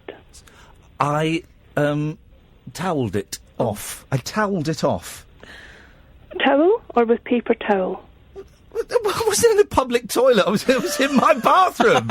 So with a towel. Did you burn the towel afterwards? You wouldn't get to use a towel. No. I hung it back up again. No, And with the- that and the foot. boys use it for the faces. Yes. But my foot is in a terrible state. But I've got some what's it called? I've got some. Gammy foot rub. They might send me some free stuff. I think you need something stronger than that. I think you need something like medicinal. This is Domestos. Yeah. It's called O'Keefe's Healthy Feet Foot Cream Can I have a look? for extremely dry, cracked feet. That cost me £9. That did. It better be good. Better be bloody good. I'm going to be asking Catherine to apply it to my damaged area a little bit later on in the evening. I mean, Catherine, really? No. Aye. It's a disgrace. Aye, it's a disgrace to the Aborigine race. My I boomerang sent- won't I sent you a come back. tweet with a Google link thing with an Italian lady trying to get the Google thingy-majig to work. Oh, I don't click on links. No, you don't need to click on the link. I know that. Huh? But What's hang you- on, Catherine? What's Catherine's? It's right there in front of you on Twitter. You I don't know. have to. No, but I'd have to click it. That's not a Scottish accent. No, he's going like Alan Bennett now. Oh, Mother said I had to click on a link. Oh, no, Mother said I had to click on a link. I can do it. Last time Let I me clicked think on of- a link, I couldn't get out of bed for a week. Hey, by the way, if anyone wants to phone up and do an Alan Bennett impression, we are, again, I know we've got a lot of 15, 16-year-olds listening now. Please, be the first in your school to phone up Talk Radio and do an Alan Bennett impression. 0344 499 1000. We are always, and of course, New Year, and thank you for reminding me, Amanda, on New Year, it will be our 18th annual New Year's Eve Alan Bennett impersonation competition. So get your calls in early for that. That really is going to be... and if you've got a blank cassette, or even if you've got the charts taped, put a bit of tape over it, put it in the tape player and press record and play on Sunday, not now, because it's going to be a really good show. Really good show. Healthy Feet by O'Keefe. Amanda, what did you call in for, please? I've already asked you two things, Okay. and then I told you about the lady. Yes. And then I also wanted to ask you, have you got me muted on Twitter? Have I what? Got me muted on Twitter. Well, here's the thing. That question always makes me feel uncomfortable, because if I say yes, well, then that's awkward. If I say no, well, then if someone else phones up and asks that, and I have got them muted, and I go, I don't really want to answer that. So I make the point of, if people ask me if they are muted, I get loads of people emailing me saying, am I muted? Have you muted me? Only because you don't answer everyone. Yeah. I think So I make the point, Amanda, of never answering the question when it's put to me, am I muted? Okay. Does that answer your question? the good news is you're not blocked yet. Yeah. This has ended in an awkward... started off with fun, with dosey-dos, and it's ended up awkward, and us potentially losing a listener. That's okay. You've got plenty new ones now. I want to say hello to my friend Danny. She's just tuned in tonight for the first time. Danny, Give her a ring then. And she's going to be joining me on Hogmanay. Actually, that Jonathan Ross's brother does talk radio, doesn't he? Yes, His he does. advert earlier on Steve said, Ross. come and join me on New Year's Day, Hogmanay. New Year's Day's not Hogmanay. Okay. Any complaints? Send Yeah, them to where's Paul... the complaints department? Paul Ross 69 That is at his name, Paul Ross. I don't even know his name. hotmail.co.uk, and They that's need to get that right. They're offending a whole nation. Calling New Year's Day Hogmanay. Yes. Well, don't worry, I'm gonna burn the station down as a direct result of your complaints. That's it. Thanks for calling. Bye. I've had a message from one of the people I've not muted on Twitter. Oh, yeah. Daddy Bear Club. Oh, yeah. He's one of my favourites. I'm not sure what's going on this evening, but I like it. Side note, you've been setting off everyone's Amazon echoes every time you say Alexa. It's telling me the time and everything. Is it telling you the time? It's telling me the time and everything. Hang on. Alexa, read my mind. Hey, Siri, kiss my ass. The Late Night Alternative with me, Iain Lee, her Catherine Boyle on Talk Radio. Tales of mystery and imagination on the radio show that does things differently. Dolly Parton, I listen to a record all day long. The Late Night Alternative with Iain Lee. I'm a nut job, but not that kind of nut job. On Talk Radio. Honest to God, it's the new Breaking Bad. Oh, no. Right, pick a line between 1 and 9. 1. Wasim. Okay, we'll go back to him in a bit. Pick another line. 2. There we go. Let's go to Andrew. Hi, Ian. It's Andrew here from Birmingham. Hello, Andrew from Birmingham. Yeah, I'd just like to say about my first soiree into internet Swinging. dating. Oh, that's close. Oh. Okay, yeah, go on. Yeah. And it correlates with going into a passport photo booth. Oh, yes. And the seat was right at the top. You know how they spin round? Yes, love a good spin on them. So I went into a passport booth. The seat was right at the top, and I had to really turn it down because I used to be an ex-Marine, so it had to go right the way down to the bottom. Yes. Then on the night, I met this really lovely young lady online. Yes. And we agreed to meet at Charing Cross Station. Yeah? So I really liked this lady. Her photograph was just the top half of her. Yes. And she looked really gorgeous and said we'd meet. So down to Charing Cross I went. Yes. And suited and booted. She was really beautiful. Yes. I even bought some flowers from the flower seller. Yes. And was stood under the clock at Charing Cross waiting for her to turn up. Yes. I had 3 taxis.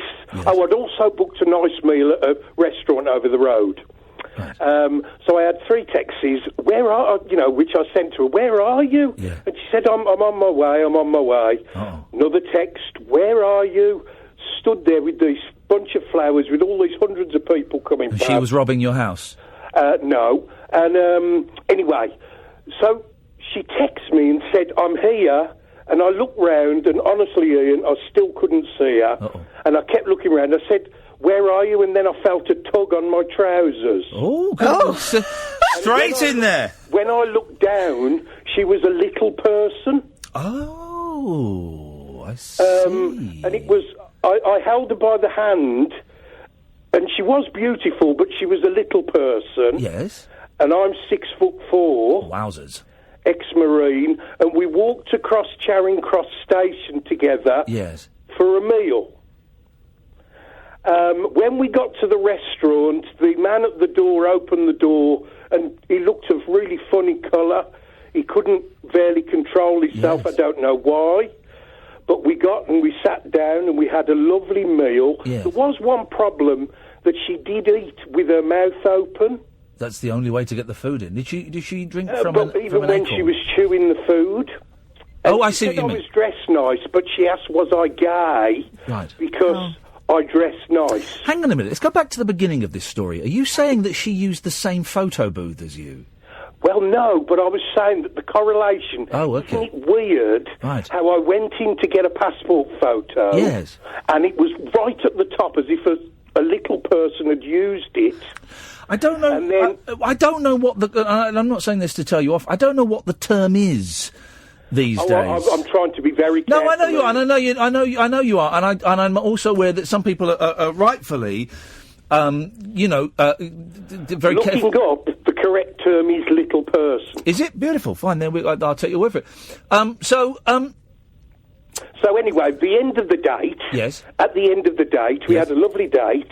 Yes. And she asked me then why I wouldn't. Because I was going to give her a kiss, but on our first date, I thought better not to be a gentleman. Yes. Yep. So we parted company. But I just thought I'd tell you what a fantastic date. Well, hang on a minute. But what happened on the second date? There hasn't been one. Well, why not? Well, I'm contemplating what to do. How long ago was this date? Christmas Eve. Right. Oh, that's not long. Was she funny? Not really, no. Oh. Did you like her? Yeah, she was lovely. She was lovely. She really was lovely. She had all the attributes from the top. She was very nice. Okay, but so you. I don't mean do you fancy her, I meant do you like her? No, yeah, very much so, very much so. Well, then give her a call. Give her a call. But anyway, I just thought I'd tell you. Did this actually happen? Pardon? Did this actually happen? Oh, most definitely. Right. Well, then here's the thing. Did you mention? My daughter's flat. She said, "How did the date go, Dad?" And I explained to her. And she went. My daughter was a bit of a funny colour, and I could hear giggling in the night. Yes. But she had a boyfriend. You know, at the end of the day, I just thought I'd tell you. Did you mention? Did you mention the height difference? I did mention that she was a little person. Yes. And what did she hadn't disclosed that on when we were on the internet. And because she would,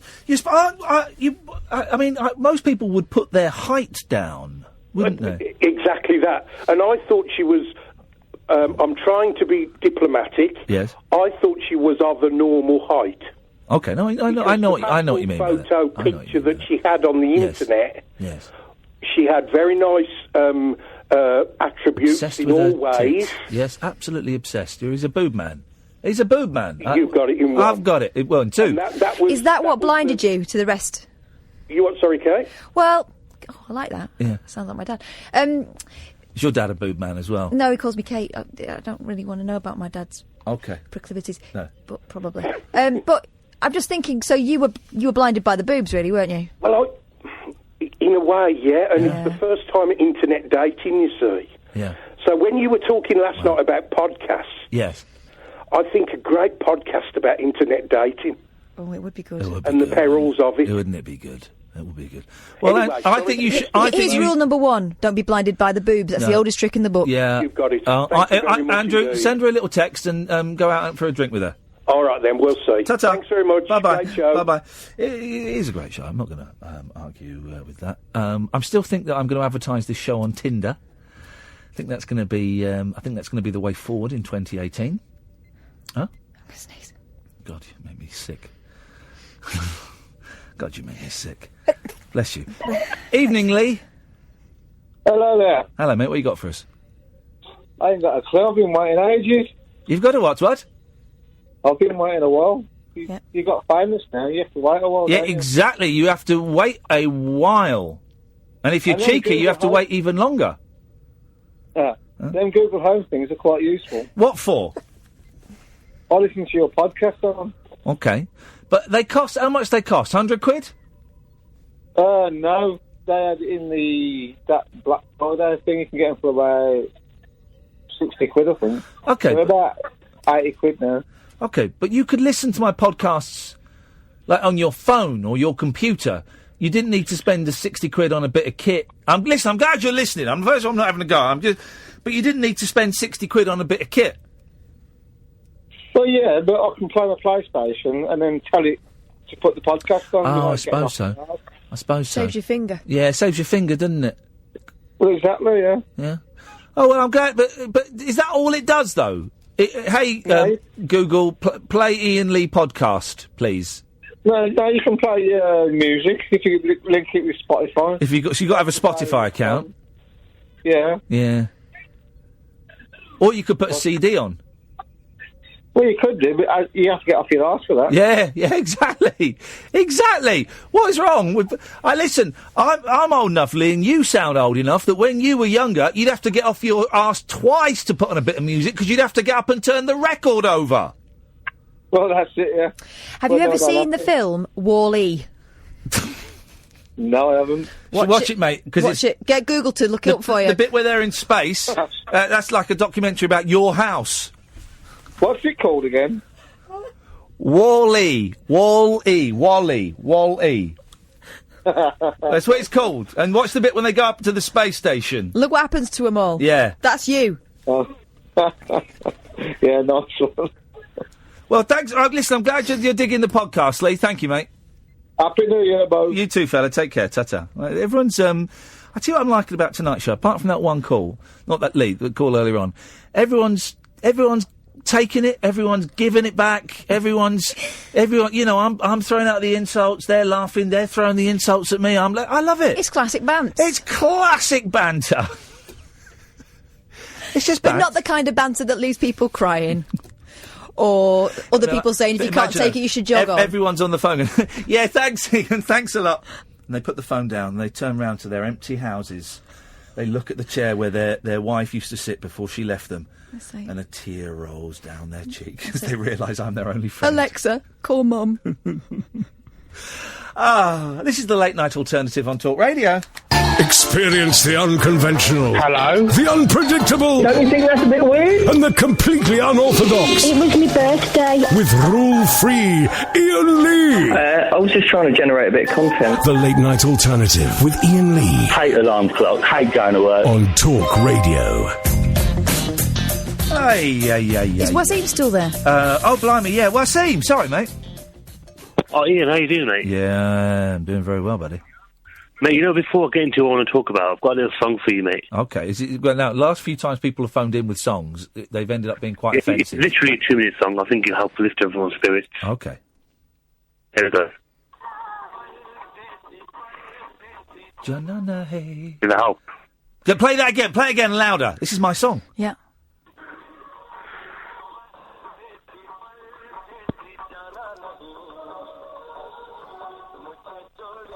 It's our song. It's our song. It's a great Very song. good, mate. Perdesi. Yeah. What does it I just mean? want to remind you, mate. What is Perdesi? I thought I'd introduce everyone to the world of What does Bollywood. Perdesi mean? I can't remember. It means something about a foreign person. Foreign person. Someone from somewhere else. Foreign person, come over here. You know what? Can we have some Punjabi swears, please? Sorry, what? Can we have some swear words in Punjabi? Well, no, we can't. But I tell you what, one of my New Year's resolutions is, years and years ago, I bought an instrument and I never got round to playing it, so I'm going to have a good old go on the banjo. Oh, right, fair enough, mate. Mate, I'm hungry. Can we talk about racism? I suppose so. Who are you racist against? Which people do you hate? I wanted to ask you, when was the last time someone was racist against you? When was the last time someone was racist against me? Say Amir Khan. Amir Khan wasn't racist against me. He did throw the P word around quite a lot. P word, really? Yeah, he threw that around quite a lot. But he's actually a P himself. He's what? He's a P himself. He's a Pakistani, yeah, so he was kind of making jokes about it, but we all went, Amir, Trust me, mate, Pakistani make jokes about one another all the time. Yeah, no, I get it. It's different, him saying the P word than me saying the P word. I get it, but we all went, ooh. Well, we didn't. I went, ooh, and all his mates went, Amir, he's so funny. Such a funny guy. When was the last time someone was racist against me? I can't think. A long time ago, and of course it has a different context for a white guy living in England than it does for a brown person living in England or anywhere else in the world. Oh, I've cut him. He's gone. Where's he gone? He's just gone. Uh-oh. Wasim. Oh, we'll... That guy in New York that threatened to kill you on the subway, was he racist? No, I don't think he was racist. Wasim, you back? Yeah, I'm back, mate. Sorry, I thought you cut me off. Oh, maybe I did. I don't. I'm playing with some paper clips. Maybe I did. I don't know what's going on. I'm distracted. Yeah. I was thinking, because I heard something about racism about Polish people before. Yeah. I wasn't really too sure what happened there. Okay, well, I'm not going to fill in the blanks. What's the point you'd like to make? I want to make a point that I think there is a lot of racism out there, but I think everyone's racist in some way or another. And I think people should be open about their racism and have a discussion about it. Well, why should people be open about their racism? Because I think if people get out in the open what they feel, it can go somewhere towards improving things out there. Well, there is the song from Avenue Q, we're all a little bit racist, aren't we? And I think that we all have natural prejudices, but I don't know if we need to necessarily get those. We can acknowledge that we have those natural prejudices, but prejudice, as opposed to other forms of hatred, prejudice is my interpretation of prejudice is something that is illogical and is not based on any kind of factual or mental reasoning. It's just it's irrational. That's the word. There's a word for all those things. It's irrational. So there's no point. There's no point in coming out and saying, I'm a little bit irrational, prejudiced towards Pakistanis or Indians, because as an intelligent human being, any irrational prejudice I have, I can overcome quite easily by simply applying thought and logic and experience. So me coming out and saying, hey, do you know what? I think deep down I have got an irrational prejudice, and it's directed towards these groups of people. That doesn't do anything positive. Yeah, no, I agree with you, but I think what it is, I think the reason for racism is people don't understand one another, and until they talk to one another, they won't understand Torture one another, did he say? Talk to, sorry, I misheard. I think this is where the far right comes in. This is how the far right indoctrinate people. They take their prejudices and they basically just, what's the word I'm looking for? I don't know.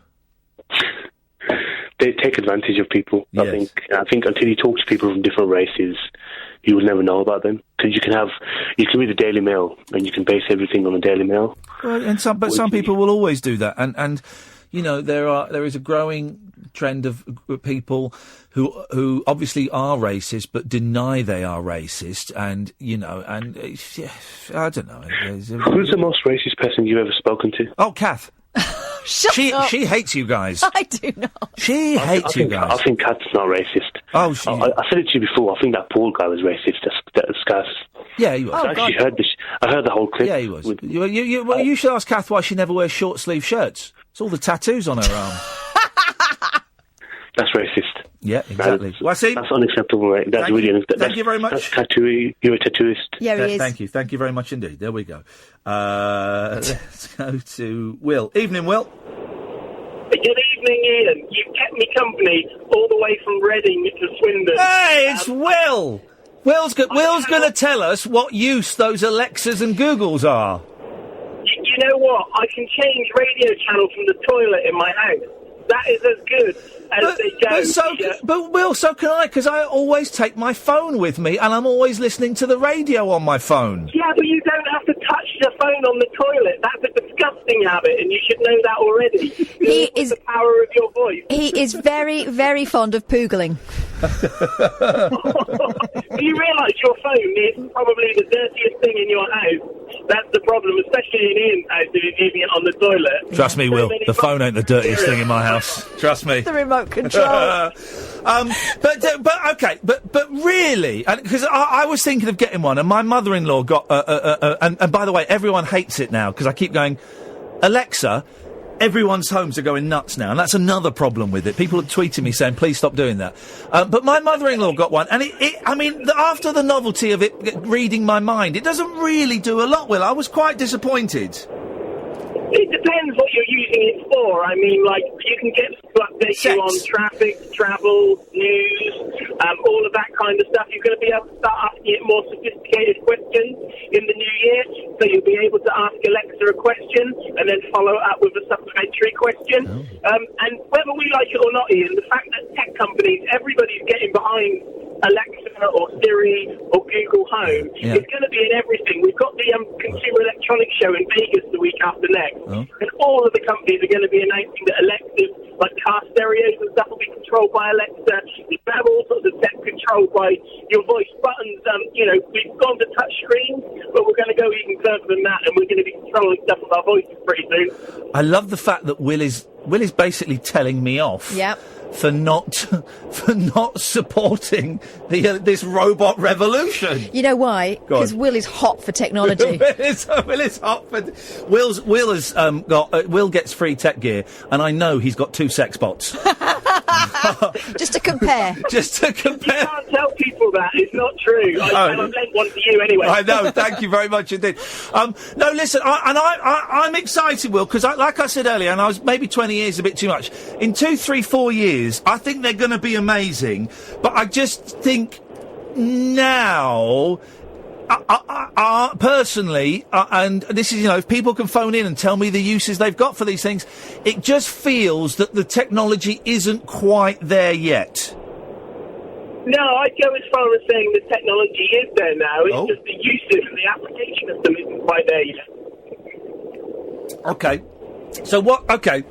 So so what is the best thing that you're and what do we call them? Do we call them hubs? Am I using the right word? Yeah, or you can call them a digital assistant, you can call them that, you can call them a hub, you can call them, I suppose that, there's not really a collective term for them yet. No, Somebody might want to create one tonight. And there's only those two, is it? Google and Alexa? You've got the Google Home device, you've got the Alexa, and Apple are bringing out a version of Siri in 2018. They've been talking about it for ages. They've shown pictures of it. It's not available yet. But you'll be able to get a sort of a version of Siri in a speaker as well. Wow. Okay. All right. And which is the best one? There's the question. Which is the best one? At the moment, I'd say that Amazon the most money on developing Alexa. Yeah. Alexa's going to be in so many different devices, in car stereos. You can get it in your fridge if you want to be able to order food and stuff via your fridge. You're going to get it in loads more technology. It'll be in TVs and stuff this year. It's going to be the technology that's going to be added to everything. So, it's going to be the thing that's going to be super popular in 2018. I think it's going to be used. And just because you don't like it doesn't mean it isn't going to take over. No, listen, trust me. Take over. No, trust me. I backed Betamax, so I get it wrong every single time, Will. I think these things are going to grasp more people up. You can't have secrets anymore. Yeah, well, they do. Anything you say, it's going to start phoning people up when you're talking about them. Yeah. Yeah, exactly. There was a case in the US where I think the feds were trying to get hold of the information that an Amazon Alexa had because they believed it might contain information about a bloke planning a murder, which he carried out. Now, we don't know whether Amazon gave that data over or not, but these companies are obviously, at the moment, they say these devices only start listening to you when you trigger them, but I would say they're probably listening to everything that you're saying. Are the police suggesting this man went, Alexa, what's the best way to kill a man? Alexa, get me gaffer tape, a machete, and a getaway car. Oh, you can, one other good use for Alexa, you can order pizzas now with certain companies if you've got the app on their phone. Oh, mate, I'm in! The app on your phone, you can order a pizza. I told you, Wally. Oh, mate, you should have said that straight away. Alexa, get me a Vegorama and a meat feast from Domino's, please. If they do Greg's, I'm in. Oh, man alive. Will, what's happening New Year's for you? You doing anything exciting? I'm going to sit in my chair with a bottle of whiskey and a shotgun. Wow, that escalated, didn't it? Mate, nothing's that... Either he's got zombies in his area or he's had enough. One of those. Well, lovely to talk to you, man. Thanks, guys. Take care. Ta-ta. Wowzers, that's a bleak image, isn't it? A drunk man with a shotgun and Alexa. You can order pizzas, Gatford. Why didn't they tell me that to start with? You can order pizzas. Thanks very much. What you got for us? Oh, okay. A Rise Siringo. Listen.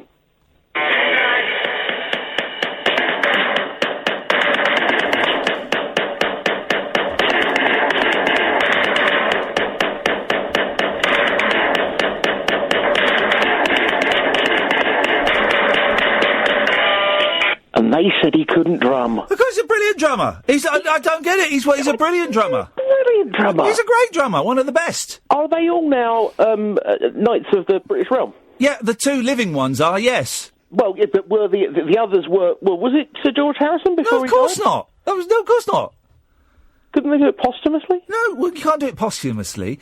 And also, he died in 2001, 16 years ago. Also, I get the feeling that George wouldn't have been bothered about that kind of stuff. No. John would have refused it, but... Of course he would. He'd have loved it, though. Yeah.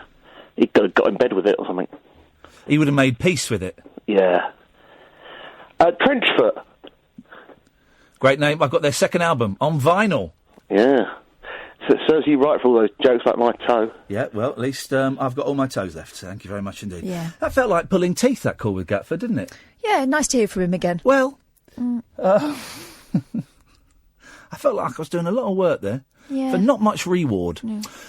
We've got Sophie, we've got Kadir, we've got Craig, and we've got Simon coming up after the news. 0344 499 1000 is the telephone number. We're just kind of, bubbling along, bouncing along, seeing what comes up, having a little chat about anything you fancy. We've talked about those digital assistants.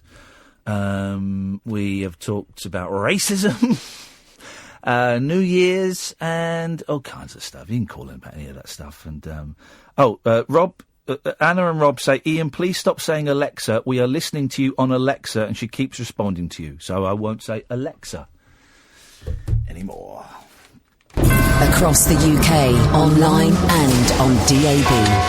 Get an earful of unusual nocturnal emissions with radio's Lord of Misrule, Iain Lee. No relation, thank God. Unfiltered Night Talk with the original king of unconventional conversation. The Late Night Alternative with Iain Lee on Talk Radio. 1, 2, 3, 4. The one I think is in my tree. I mean, it must be high or low. That is, you can't, tune in, but it's alright. That is, I think it's not too bad. Let me take you down, 'cause I'm going to Strawberry Field. Nothing is real, and nothing to get hung about. Strawberry fields forever. Living is easy with eyes closed. Misunderstanding all you see. It's getting hard to be someone, but it all works out. It doesn't matter much to me. Let me take you down, 'cause I'm going to Strawberry Fields. Nothing is real, and nothing to get hung about. Strawberry Fields forever. Always know, sometimes think it's me, but I know when it's a dream. I think I know, yes, but it's all wrong. That is, I think I disagree. Let me take you down, 'cause I'm going to Strawberry Fields. Nothing is real, nothing to get hung about. Strawberry fields forever.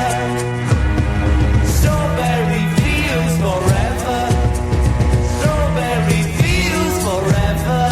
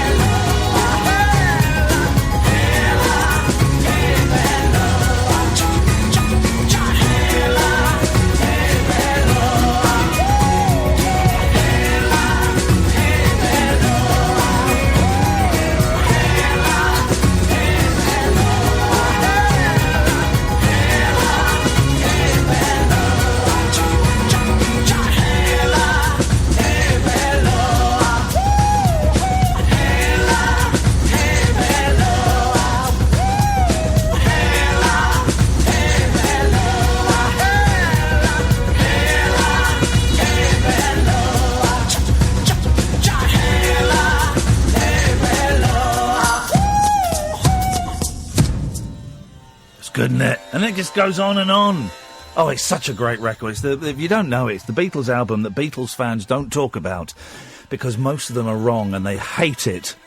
And it's love, and it's the Mash-Up album that Giles Martin's in. It's just an absolute joy, and I have listened to it for ages and ages, and I'm going to destroy it tomorrow by listening to it again and again and again. I'm going to... what's the phrase? I'm going to smash its back doors. Wow. Is that the phrase to use? I would say rinse it out, but, I mean, that's more aggressive. I'm just going to listen to it a lot.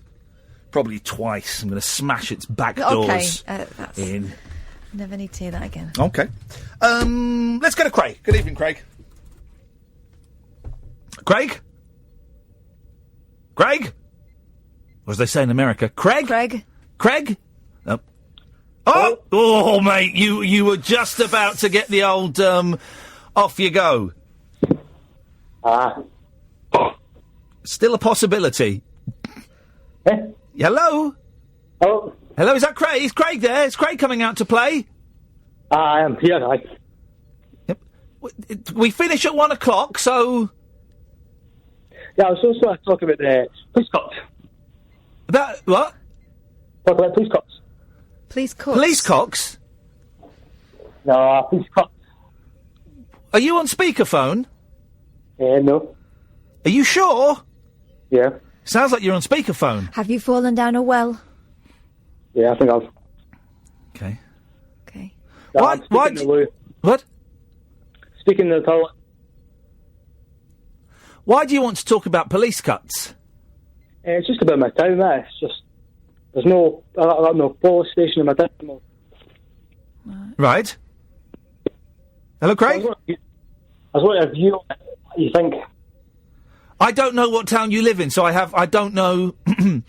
I don't know about the police. I don't know how many you've got.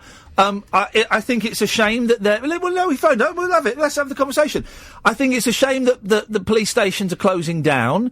I understand why. It's because of cuts and stuff, and they've got to save money. But I do think it's a shame, because I've been to police stations to report crimes, and it's, you feel like you're doing a positive thing. But I don't worry about Bobby's on the beat, if that's what you're talking about, because I don't think... Well, I know, statistically, Bobby's on the beat don't stop crime. No, not in the I station, no. No, but I think it's a shame that we are having fewer and fewer, thank you, police stations. Yeah, I know. What's going on in your life, Craig? Not much. Yeah, I know, exactly. And I got that kind of vibe, and I just wondered why, on the week... Because I'm normally quite good with ages, and I'm struggling. I'm going to have a guess at your age, but I could be decades off, okay? I'm going to say 28. Yeah, just a bit. Go on, how old are you? 24. 34? 24. 44? I was miles 24. off. No, how old? 24. 24. Oh, I was not that off. Oh, okay, fine, okay, right. So I was at the right end. So why is a young... thrusting man such as yourself, and you're obviously a bright fella and you take in, news and current affairs and stuff. So why are you, at 10 minutes past 12 on a Friday night, the Friday after Christmas, the Friday before New Year's, why are you worrying about police stations and police cuts? Well, where I stay, it's just a wee small town. Yeah. So there's a lot of crime. How much crime is there? Oh, it's about 99%. There's 99% crime? Yeah. Gosh. That is actually a lot of crime. You better hold on to that telephone. Well, but seriously, mate, how much crime is there? Well, you can't go out your door and walk about and you'll get stabbed, you know what I mean? So if you go out of your door and walk about, you'll get stabbed? Something like that, yeah. Come on, man. You know that's nonsense. Did you go out of your house today? Well, my street's not very safe. Right. did you go out of your house today and did you get stabbed? The answer to the first question is hopefully yes. The second question, no. So that's not true. So normally it's anger people phone in with, but it's not anger with you. It's fear, isn't it? It's fear. What are you afraid of? Oh, I'm in Scotland and Arbroath. Don't know if you know that town.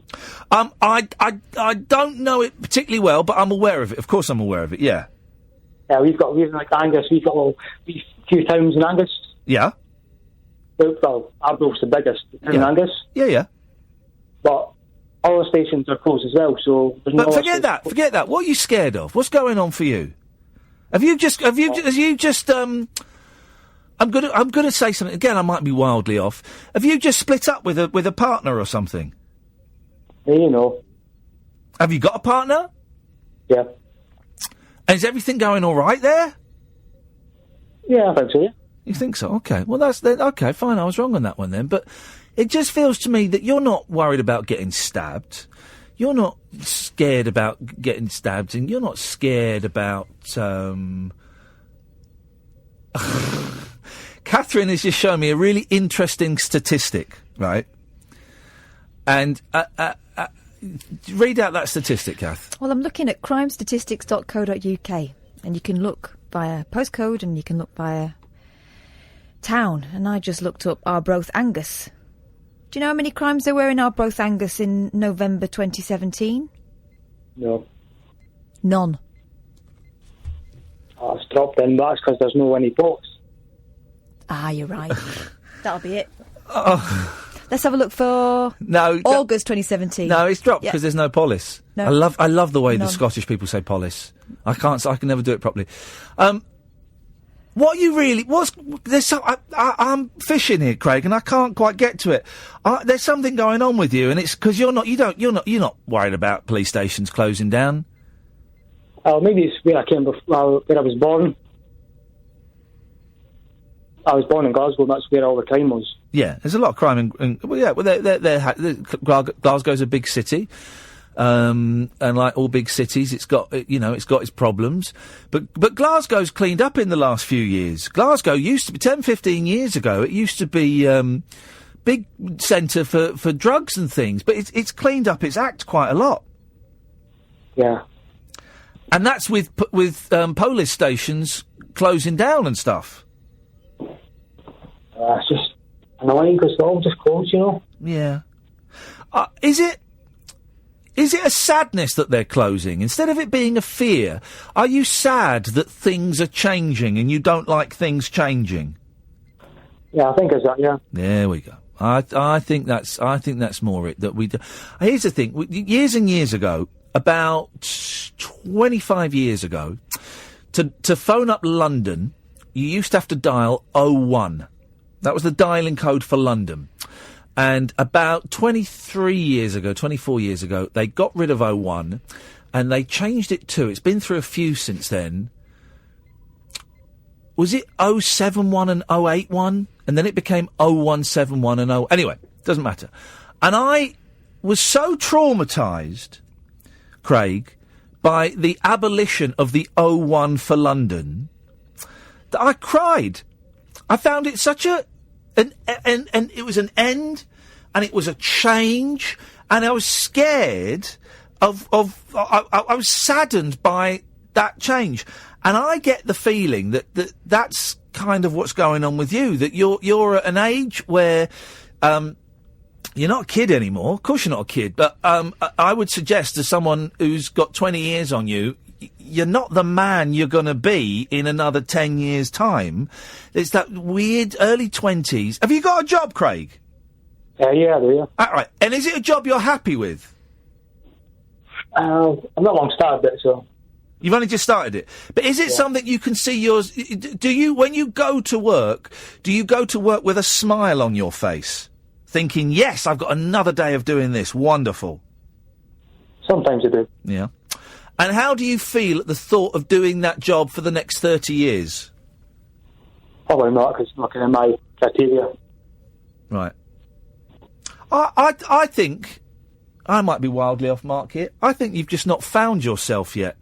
And talking about the police stations closing down is is your cry for help?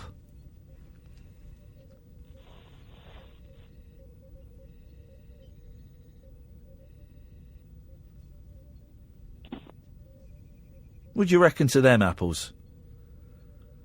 Yeah, I think so, yeah. All right, Craig. Hey, listen, man, I've really enjoyed talking to you. Call again, won't you?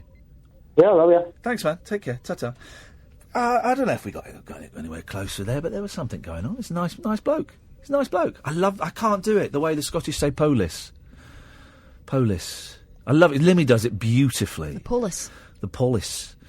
It's just, and it's spelled P-O-L-I-S, and it's just such a delicious turn of phrase, and love it. Thank you, Craig. I really enjoyed that. Sophie, you're going to be next, then it's going to be Simon, then it's going to be Kadir. How's about them apples? I'm Iain Lee, this is Talk Radio. Experience the unconventional, Evening, boss. the unpredictable, and the completely unorthodox. Exactly. With rule-free Iain Lee. The Late Night Alternative with Iain Lee. I've got no internet for the last 4 days. On Talk Radio. Right, let's go to Sophie. Good evening, Sophie. Hello. Hello. Oh. Sorry. That's okay. No, don't worry. Should we try again? Yeah. Okay. Let's go to Sophie. Hello, Sophie. Hello. There we go. What a wonderfully... Clear as a bell. Very clear as a bell. Absolutely. What a thrusting voice this young woman has. Good evening, Sophie. What's happening for you at 21 minutes past 12 on a Friday evening? Just being really nervous on the phone. Oh, mate. Talk Radio. Oh, no, but don't be nervous. I'm so nervous. No, I know. It's a weird old thing. When I occasionally phone up radio shows, and when I do, I get nervous. And when I do, I don't do them very often, but sometimes I do interviews as well on the phone, on a radio, and there's just something about it that it's not. I'm going to say this, and I say this with love. But people who phone up radio stations are weird.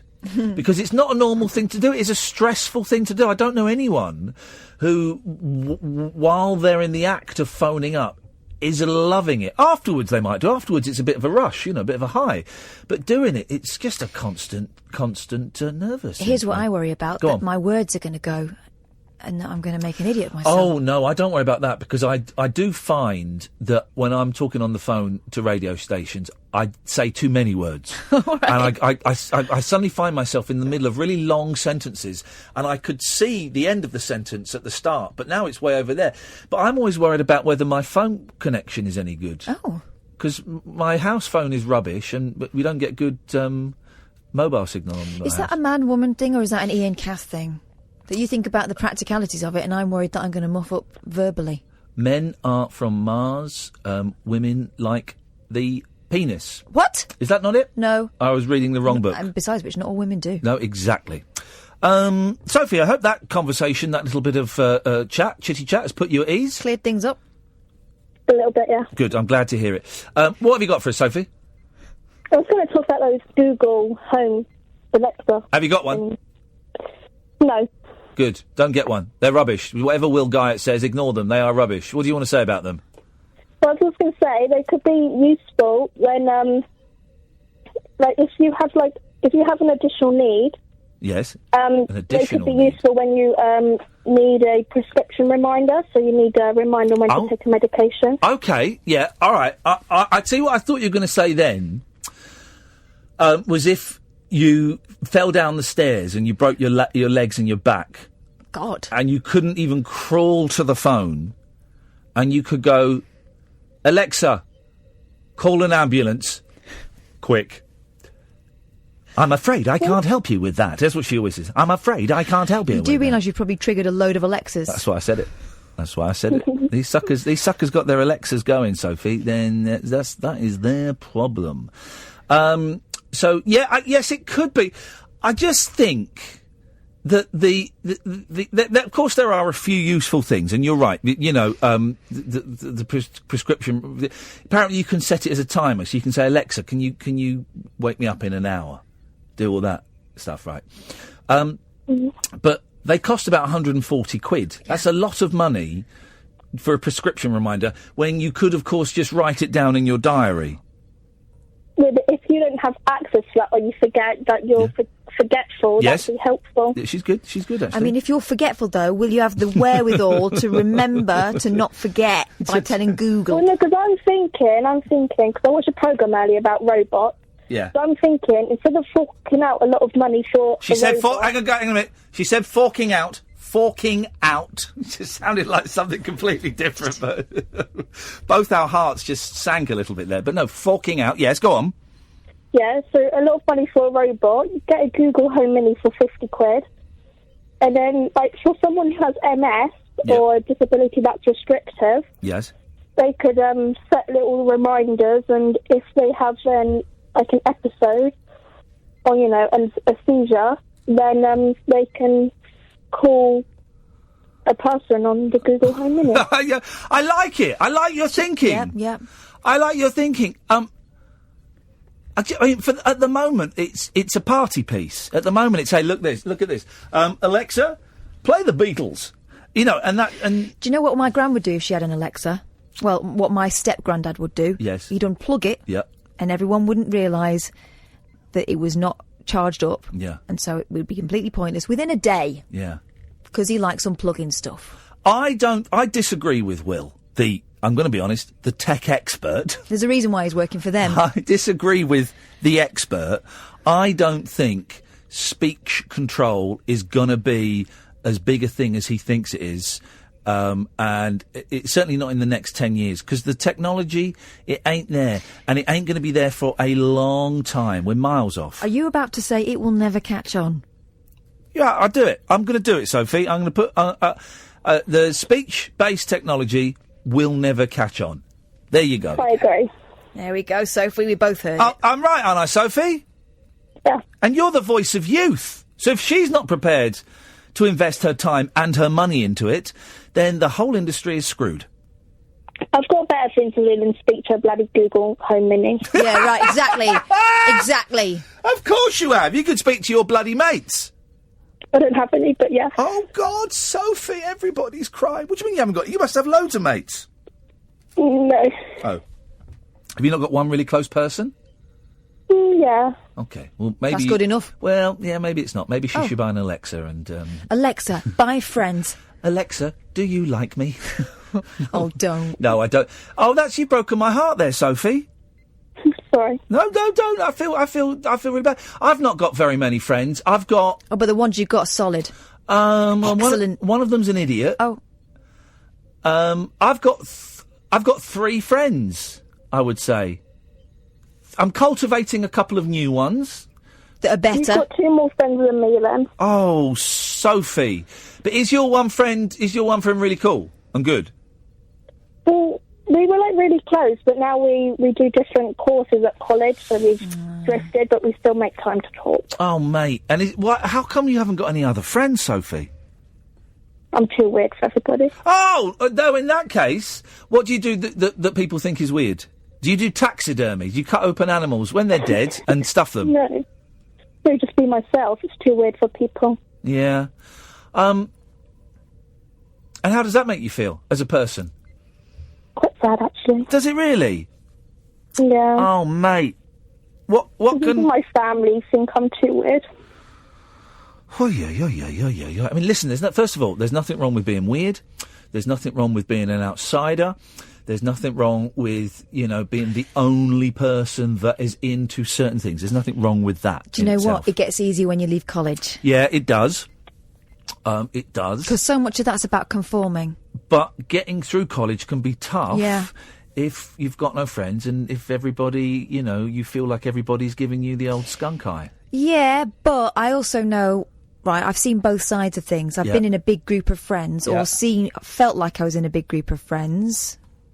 And then you realise that actually within that group there's all kinds of weird shenanigans going on, and actually people don't get on as well as they seem to, and there's a lot of politics, and it's not as fun. Yeah. So I'd rather have just one really good mate.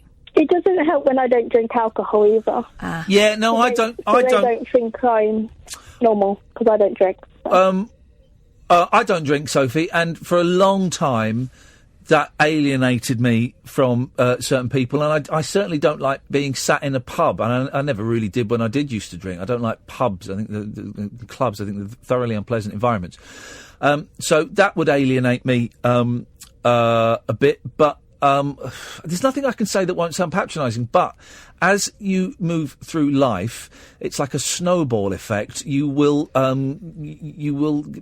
pick up friends who are as weird as you, if not weirder, and who also, don't like drinking, and, I don't know. I mean, is it really getting you down? It has in the past, but, life goes on. Good. Well, I'm glad life does go on. That's the main thing. What are you studying? Childcare. And what do you want to be when you grow up? Whatever life brings me. Yeah, that is such a good attitude to have. That is such a good attitude to have, because I don't know about you, Kath, but I thought I knew what I wanted. I wanted to be an actor. That's what I wanted to be. I wanted to be an actor. And I trained and studied and did all that. And, several decades later, I find myself hosting a weird cult late-night radio show. And do you know what? This is better than any actor. This is better than my work life. Forget my personal life, but my work life is certainly better than any fantasy I had when I was, sort of between the ages of 15 and 25. It's way better, way more fun, way more exciting, way more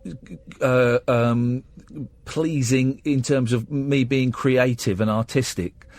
And that's because I kind of just let it bounce along and, took some random things and took some chancy things and, bounced along. You let go a little bit, don't you? Yeah. That's it. I think I'm doing what Kid Me would have enjoyed, would have hoped I would be doing. Hanging out with a really hunky guy. I mean, who's a genius. Don't embarrass me in front of Simon. Hey!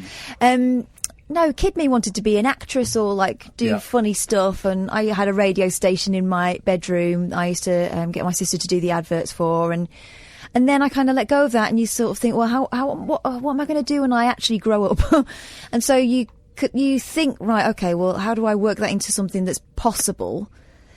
And so I studied and became a journalist, but then, things happened, and I'm where I'm supposed to be. I'm pretty convinced of that now.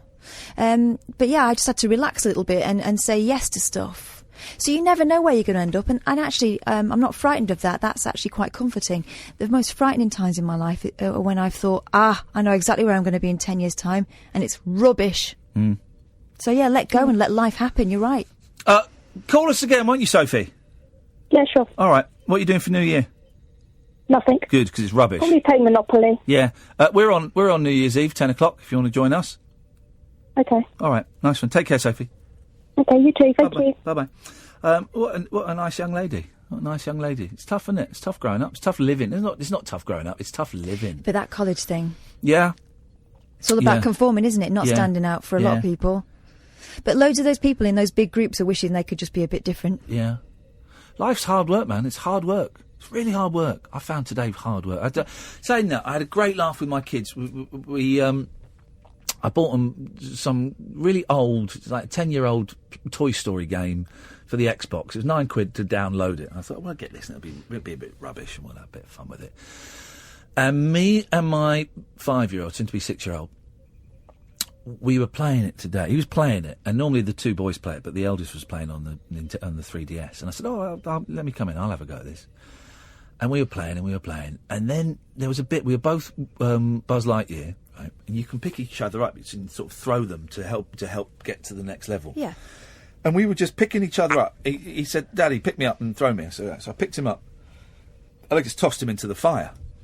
And he said, don't do that. I said, sorry, come on, I was just messing around. So I picked him up, threw him into the fire again. And he looked at me. And we both just burst into hysterics at the stupidity of the and he said, let me throw you. I said, yeah, sure. So he picked me up and he threw me into the fire. For an hour, we were just throwing each other as Buzz Lightyears into fire.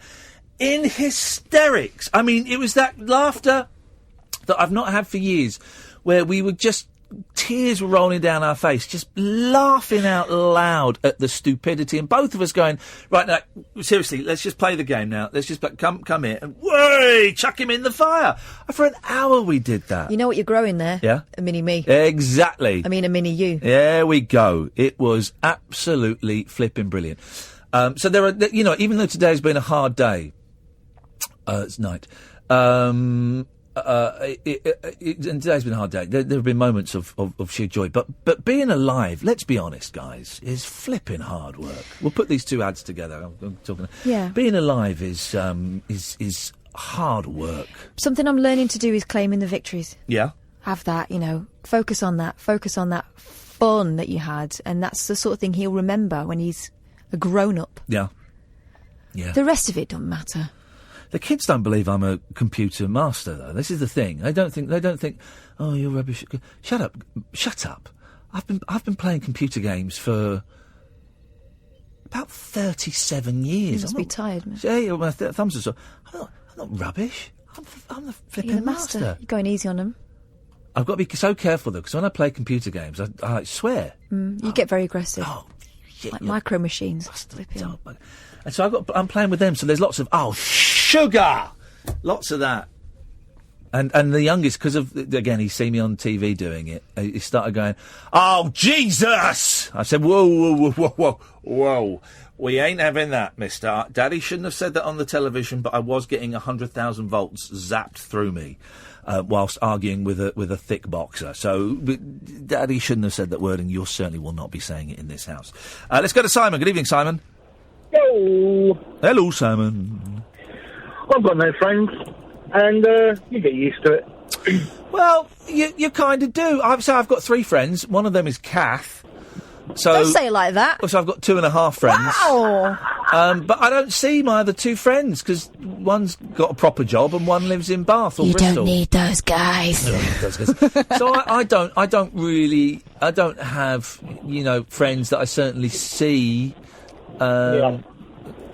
Catherine, I work with you, so you don't really count. Wow. This is work. Carry on. This is not pleasure, though. This is work. It certainly isn't. I'd like to be friends with Kath, because Kath is lovely. Yeah, I am. All right, mate. Yeah. But it sounds like you're driving, so do your belt up. Come on. No. I'm pulled over like a good boy. You're doing what? He's pulled over. Oh, right. Pulled over like a good boy. I thought you pulled off. Oh, stop it. The motorway! That's later. Now, listen. A couple of things. I'm a New Year's Eve hater. Good. So, I'm glad you're doing what you're doing New Year's, because I should be there. Good. Not literally, we won't let anyone in. No, we're not letting anyone in, that's not happening. I'd like to debunk a myth. Yeah. The myth being that New Year's Eve is the best night of the year for a taxi driver. Yeah, okay. Do you know a taxi driver? That's you're a taxi driver. Yeah. Why is it not the best year? Right. Everybody seems to think that you're busy. Yeah. Now, the thing is, it's a very high tariff. So you find that if you've got bookings, gradually, as the time gets nearer, they all cancel anyway. Because they get designated drivers or, people that can give them a lift. Yes. Then, Hang on. Yeah.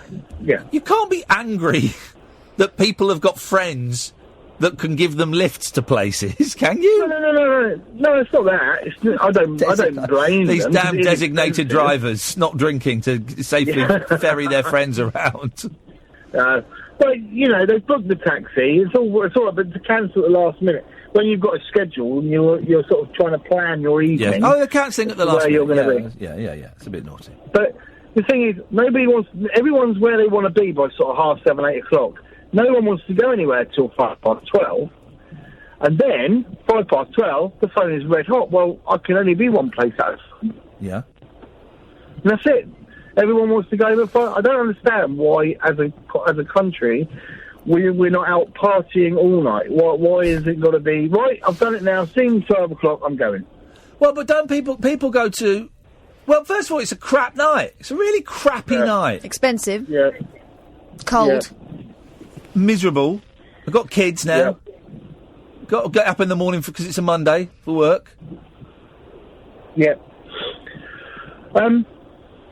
Love album. I've got a copy of that. I've had a copy of that for a few years. It's good, isn't it? It is really good. Yeah, No one likes it. None of the Beatles fans like it. Well, screw you, Beatles fans. What do you know Yeah, about no, music? I think it's really. I think it's very atmospheric. Is it? You can sit there in the dark listening to it, and it sort of takes you off to another place. Yeah, it is. It's good. Yeah, it's a little bit psychedelic, a little bit trippy, man. And a question for you is: do you like War of the Worlds? The chances of anything coming from Mars are 1,000,000 to 1, but still they come. Yeah, I do. It's brilliant. Jeff Wayne. Have you heard the new generation? Oh, Jeff, give it a rest. No, I haven't. Seriously? No, I haven't. It is phenomenal. Who's on it? Daniel Bedingfield. You're not going to like this. Yeah, is Daniel Bedingfield on it? No, he's not. No, he's not. On a plus point, Joss Stone. All right, listen, I got a soft spot for Joss Stone because I met her when she was still a 16-year-old up-and-coming talent and wonderful. I think she's from the southwest of England. She had a very strong southwestern accent and an amazing voice. And I saw her perform in a tiny room with literally 8 other people there for a radio show. Yeah. And I thought she was charming and beautiful and funny and She's witty. Incredible. And then she came back from America a few years later and I thought, oh no, what have they done to her? What have they done to her? But she's got a great voice. Okay, so Joss Stone is on there. I like Joss Stone, yes. Yeah, that's a plus point. Minus Gary Barlow. I like Gary Barlow. Yeah, but... That's a plus. That is, okay, go on. Plus, yeah. I personally don't. But Why? I just find him very arrogant. Why? But, and I've got to put a big but in here. Oh. He does an amazing job on this new album. He is absolutely brilliant at the part that he's playing on this album. Okay, I'm going to take your word for it. And the new, the old one was narrated by Richard Burton. Yes. Well, this one is Liam Neeson. Well, I just don't. It's one of those albums. It's like Oldfield does it with Tubular Bells. Every 5 years, they do a new version of it. And I respect to Jeff Wayne. You know, he's a talent, and you know that's kind of his biggest success, and he wants to keep making money from it. Well done, but we don't need it. We don't need it, Simon. Listen to it. See what you think. Thanks very much for calling. Bye. This is Talk Radio. The Late Night Alternative with Iain Lee on Talk Radio. We'll get you talking. There we go. Last 10 minutes or so of the show. Don't forget, Sunday evening, 10 o'clock. This is the New Year's Eve show for people what don't like New Year's Eve. We'll just do a silly show. Let's go to Julian. Good evening, Julian. Good evening, Ian and Kath. Hello, Julian. Hello. I just wanted to ask if there would be any scope for a podcast of the full shows. Well, interestingly you should say that. The answer is no. And I shall let Catherine explain why. Because you can listen again already. And we do the half-hour podcasts. And I'll tell you why. Because if people are downloading the podcast instead of listening to the show, there won't be any show anymore. Yeah, we here's the thing, Julian, we kind of, for ages, were giving away maybe about an hour of the show, sometimes even more, a night as the podcast. And then we had a run of really, really bad listener figures, where the figures kept dropping and dropping and dropping. So me and Catherine, along with our boss, Denny, we kind of had a little think about what we could do, where we were going wrong, and we changed the kind of some bits of the show. And we thought we would try only putting up shorter podcasts. And it's because we felt that some people, instead of listening to it live, were just going, I'll download it, I'll listen to it at the weekend or even something. Listening to the show, the whole shows. Yeah. So, and we found, as well as all the other bits and pieces we did, changing the tone of the show ever slightly and doing a few things a bit differently, as well as that, by making shorter podcasts, the listening figures shot up massively. So that's kind of why. So yeah, you can. If you go to talkradio.co.uk and you click on, I can't remember how you do it, you click on Radio, Schedule. And then there's like a drop down for the date you want. Yeah. And you can press listen and you again. can go and listen to the show there. You can also download them. Can you? Yeah. Oh. Onto your, you can download can them. You? Yeah.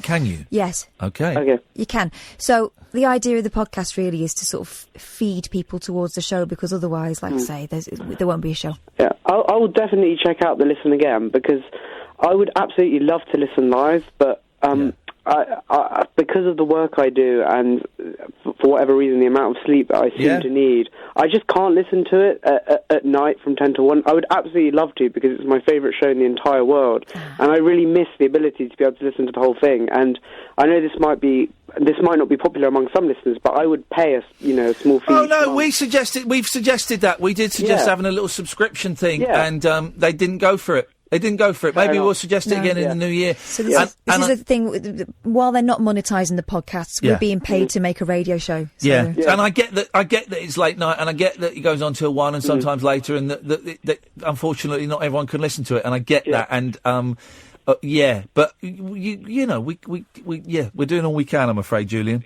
Yeah, no, that's fine. I totally understand your logic. I totally understand why they can't just give away the whole show for free, which is fine. I'll have to investigate the Listen Again feature then, because for now I've just been downloading the podcast, and it is a shame to only be able to get half an hour of the show or whatever it is. Someone made a really handy video of how you download whole shows. I'll see if I can dig that out, and I'll put it on the top of my Twitter feed again. Oh, that'd be amazing. No problem. Thank you so much, Kath. Nice one, Julian. Thanks, mate. Thanks, guys. Take care. Ta-ta. Kadir. Good morning, Ian. Good morning, Kath. Hey, man. How you doing? Good, thanks, man. Really tired, actually. And I'm booked in. I've treated myself ever since. I don't want to. Woe is me, but ever since I flew back from New Zealand, I've done my back in, I think, on the flight, and my legs are all going. Everything is stiff. So I've booked in tomorrow midday a 90-minute massage. Oh, blimey! You know, I mean, my girlfriend. She got a new sofa today, so I was helping her bring that in. That's done my lower back in a bit. But, soldiering through it, I've got a pint of orange juice, final stretch, 10 minutes left. We're ready, it's fine. I think I should book a massage. Do it. It's a nice little treat. It is. I haven't had one since I went to Turkey. The Turkish massages, they cover you in chocolate, they cover you in mud, all this. Yeah, there's some messed up stuff there. I thought they beat you up in those ones when they whip you with sticks. Those are the Russian ones. They hit you with leaves, and those they done for. You've got red back scratches. You don't want to go there. Go to the Turkish ones. Delicious. Oh. So what I've done is I noted down a few things to possibly talk about, but we're on the final stretch, so I'm going to go for my main one. Do it. And it sort of involves New Year's. I hate it as well, but what I did accidentally was my friend works at an Indian. It's a top-rated restaurant in Stafford. It's number one. It's on the top of TripAdvisor. Simply Belash. Yes, it's delicious, honestly. And so I've had a bit to drink with my friend Jack. Just a couple. Just a couple, of course. And I go to. We're walking past Belash, and he's on friendly terms with Naz, who's the owner. Yes. So he's like, let's go have a chat to Naz. So we go in, we have a chat to Naz. Yeah. And Naz says, do you think you could do some driving for me? So? And I say, Naz, here's my number. And he calls me. Naz called me about 8 o'clock. Yeah. And he said, Kadir, I need you tomorrow. I need you New Year's Eve to do me a couple of hours driving deliveries. Okay. Deliveries? I've never driven a delivery car in my life. Well, hang on I've got no insurance. I thought it was going to be like drugs running or something. Something. No, exciting. he wants me to run cormers, not drugs, cormers. He wants me to run poppadoms. Okay. Can you drive? Yeah, I can. Well, then, where's the problem? It's neat. It's one. I was hoping to tune into this show at that time. Yeah. And I was hoping to, relax. But Nazi's really nice, and I'm in a bit of a dilemma now. Do it. Go. Is he paying you well? Yeah, he's paying me, but I've already got a job. Well, then tell him no. But I feel really bad, and I can't then go back to the curry house and ask for paying for food. I'd have to find a new curry house. That I get. the number of places I can't walk into because I've done something stupid or embarrassing or just plain ridiculous in there. We had to move from North London, Muswell Hill, because I'd self-imposed bans on most of the shops there because I've gone in and argued with people about stuff that was meaningless. I think the best thing you can do, Kadir, is just not turn up, change your phone number and find a new curry house. That should do it. I agree. I can't go into WH Smith either because I've banned myself from there. Oh, why did you ban yourself from Smith's? I did some security dodging. It was... Oh, Kadir. I know. Oh, it was during my A-level days, and the Chetwynd Centre, which was it was the name of. It's not a proper school, but it's just where you do your A-levels. Yeah. And I'd walk from the Chetwynd Centre. You have to walk through the town centre to get to the bus stop. So I'd finish at around 4:30. Yeah. And I'd walk past WH Smith. I think, I'm going in there. I'm going to do it. So I go in, walk to the back where the expensive pens are, look around, walk out. Alarm goes off. This woman, she calls me in. Come in here. She's not Irish this time. I was practicing the Scottish accent as well. I've been practicing, I bet. You know what? You're the Polish. You're the Polish while you're talking about that. Yeah. So I might do a bit of the Scottish bit of it. But she calls me back into the shop. And she says, right, you better undo your bag now. You better show me what's in your bag or I'm calling the police. And she goes to the door and she turns it and it just locks. I'm locked in. Oh, God. I know. And I'm just like, oh, God, I haven't actually taken anything. So I lie. I do a lie. I say, this thing here, which is actually the tag. Yeah. For those who don't know, Kadir has bought tags off of eBay that set off the alarms. He doesn't steal stuff. He just likes setting the alarms off. He gets a kick out of setting the alarms off and making them run. It's what we would call, a danger wink. Oh, my God. Absolutely. So I say, oh, this is my student ID. So I get my printing out. So I wave it in front of the thing. It goes off. And instead of letting me free, like she should have, she gives me a little, she tells me off for a few minutes. Saying, oh, you shouldn't be doing this. God, what are you wasting our time? Which I agree. I shouldn't be wasting their time. You're right. I agree. There's no law against it. No. Well. There isn't, but no. I Not was proper wasting Paulus. time. No. But the issue is, the WH Smith joins onto the post office. Yes. So whenever I need to get some stamps, send some post off, I've got to walk through. Got to look at this woman. Oh. After she's had me in her shop, locked me in. Wow. It was wicked. On that bombshell, Kadir, thank you very much, mate. Ta-ta. Cheers, Ian. Thank you very much indeed. Emily and James, I'm really sorry we didn't have time to get to you tonight. I think this is the first time ever on the Talk Radio show we've had people waiting. I apologise. It's the phones were slow to start with, and then they picked up. We're here all next week. So Monday, New Year's Day, same old, 10 till 1, all next week. I'm also doing Good Morning Britain next week as well. So it's going to be, I think I start that on Tuesday. So that's going to be a tough old fortnight for me, and I'm not complaining. It'll be great fun.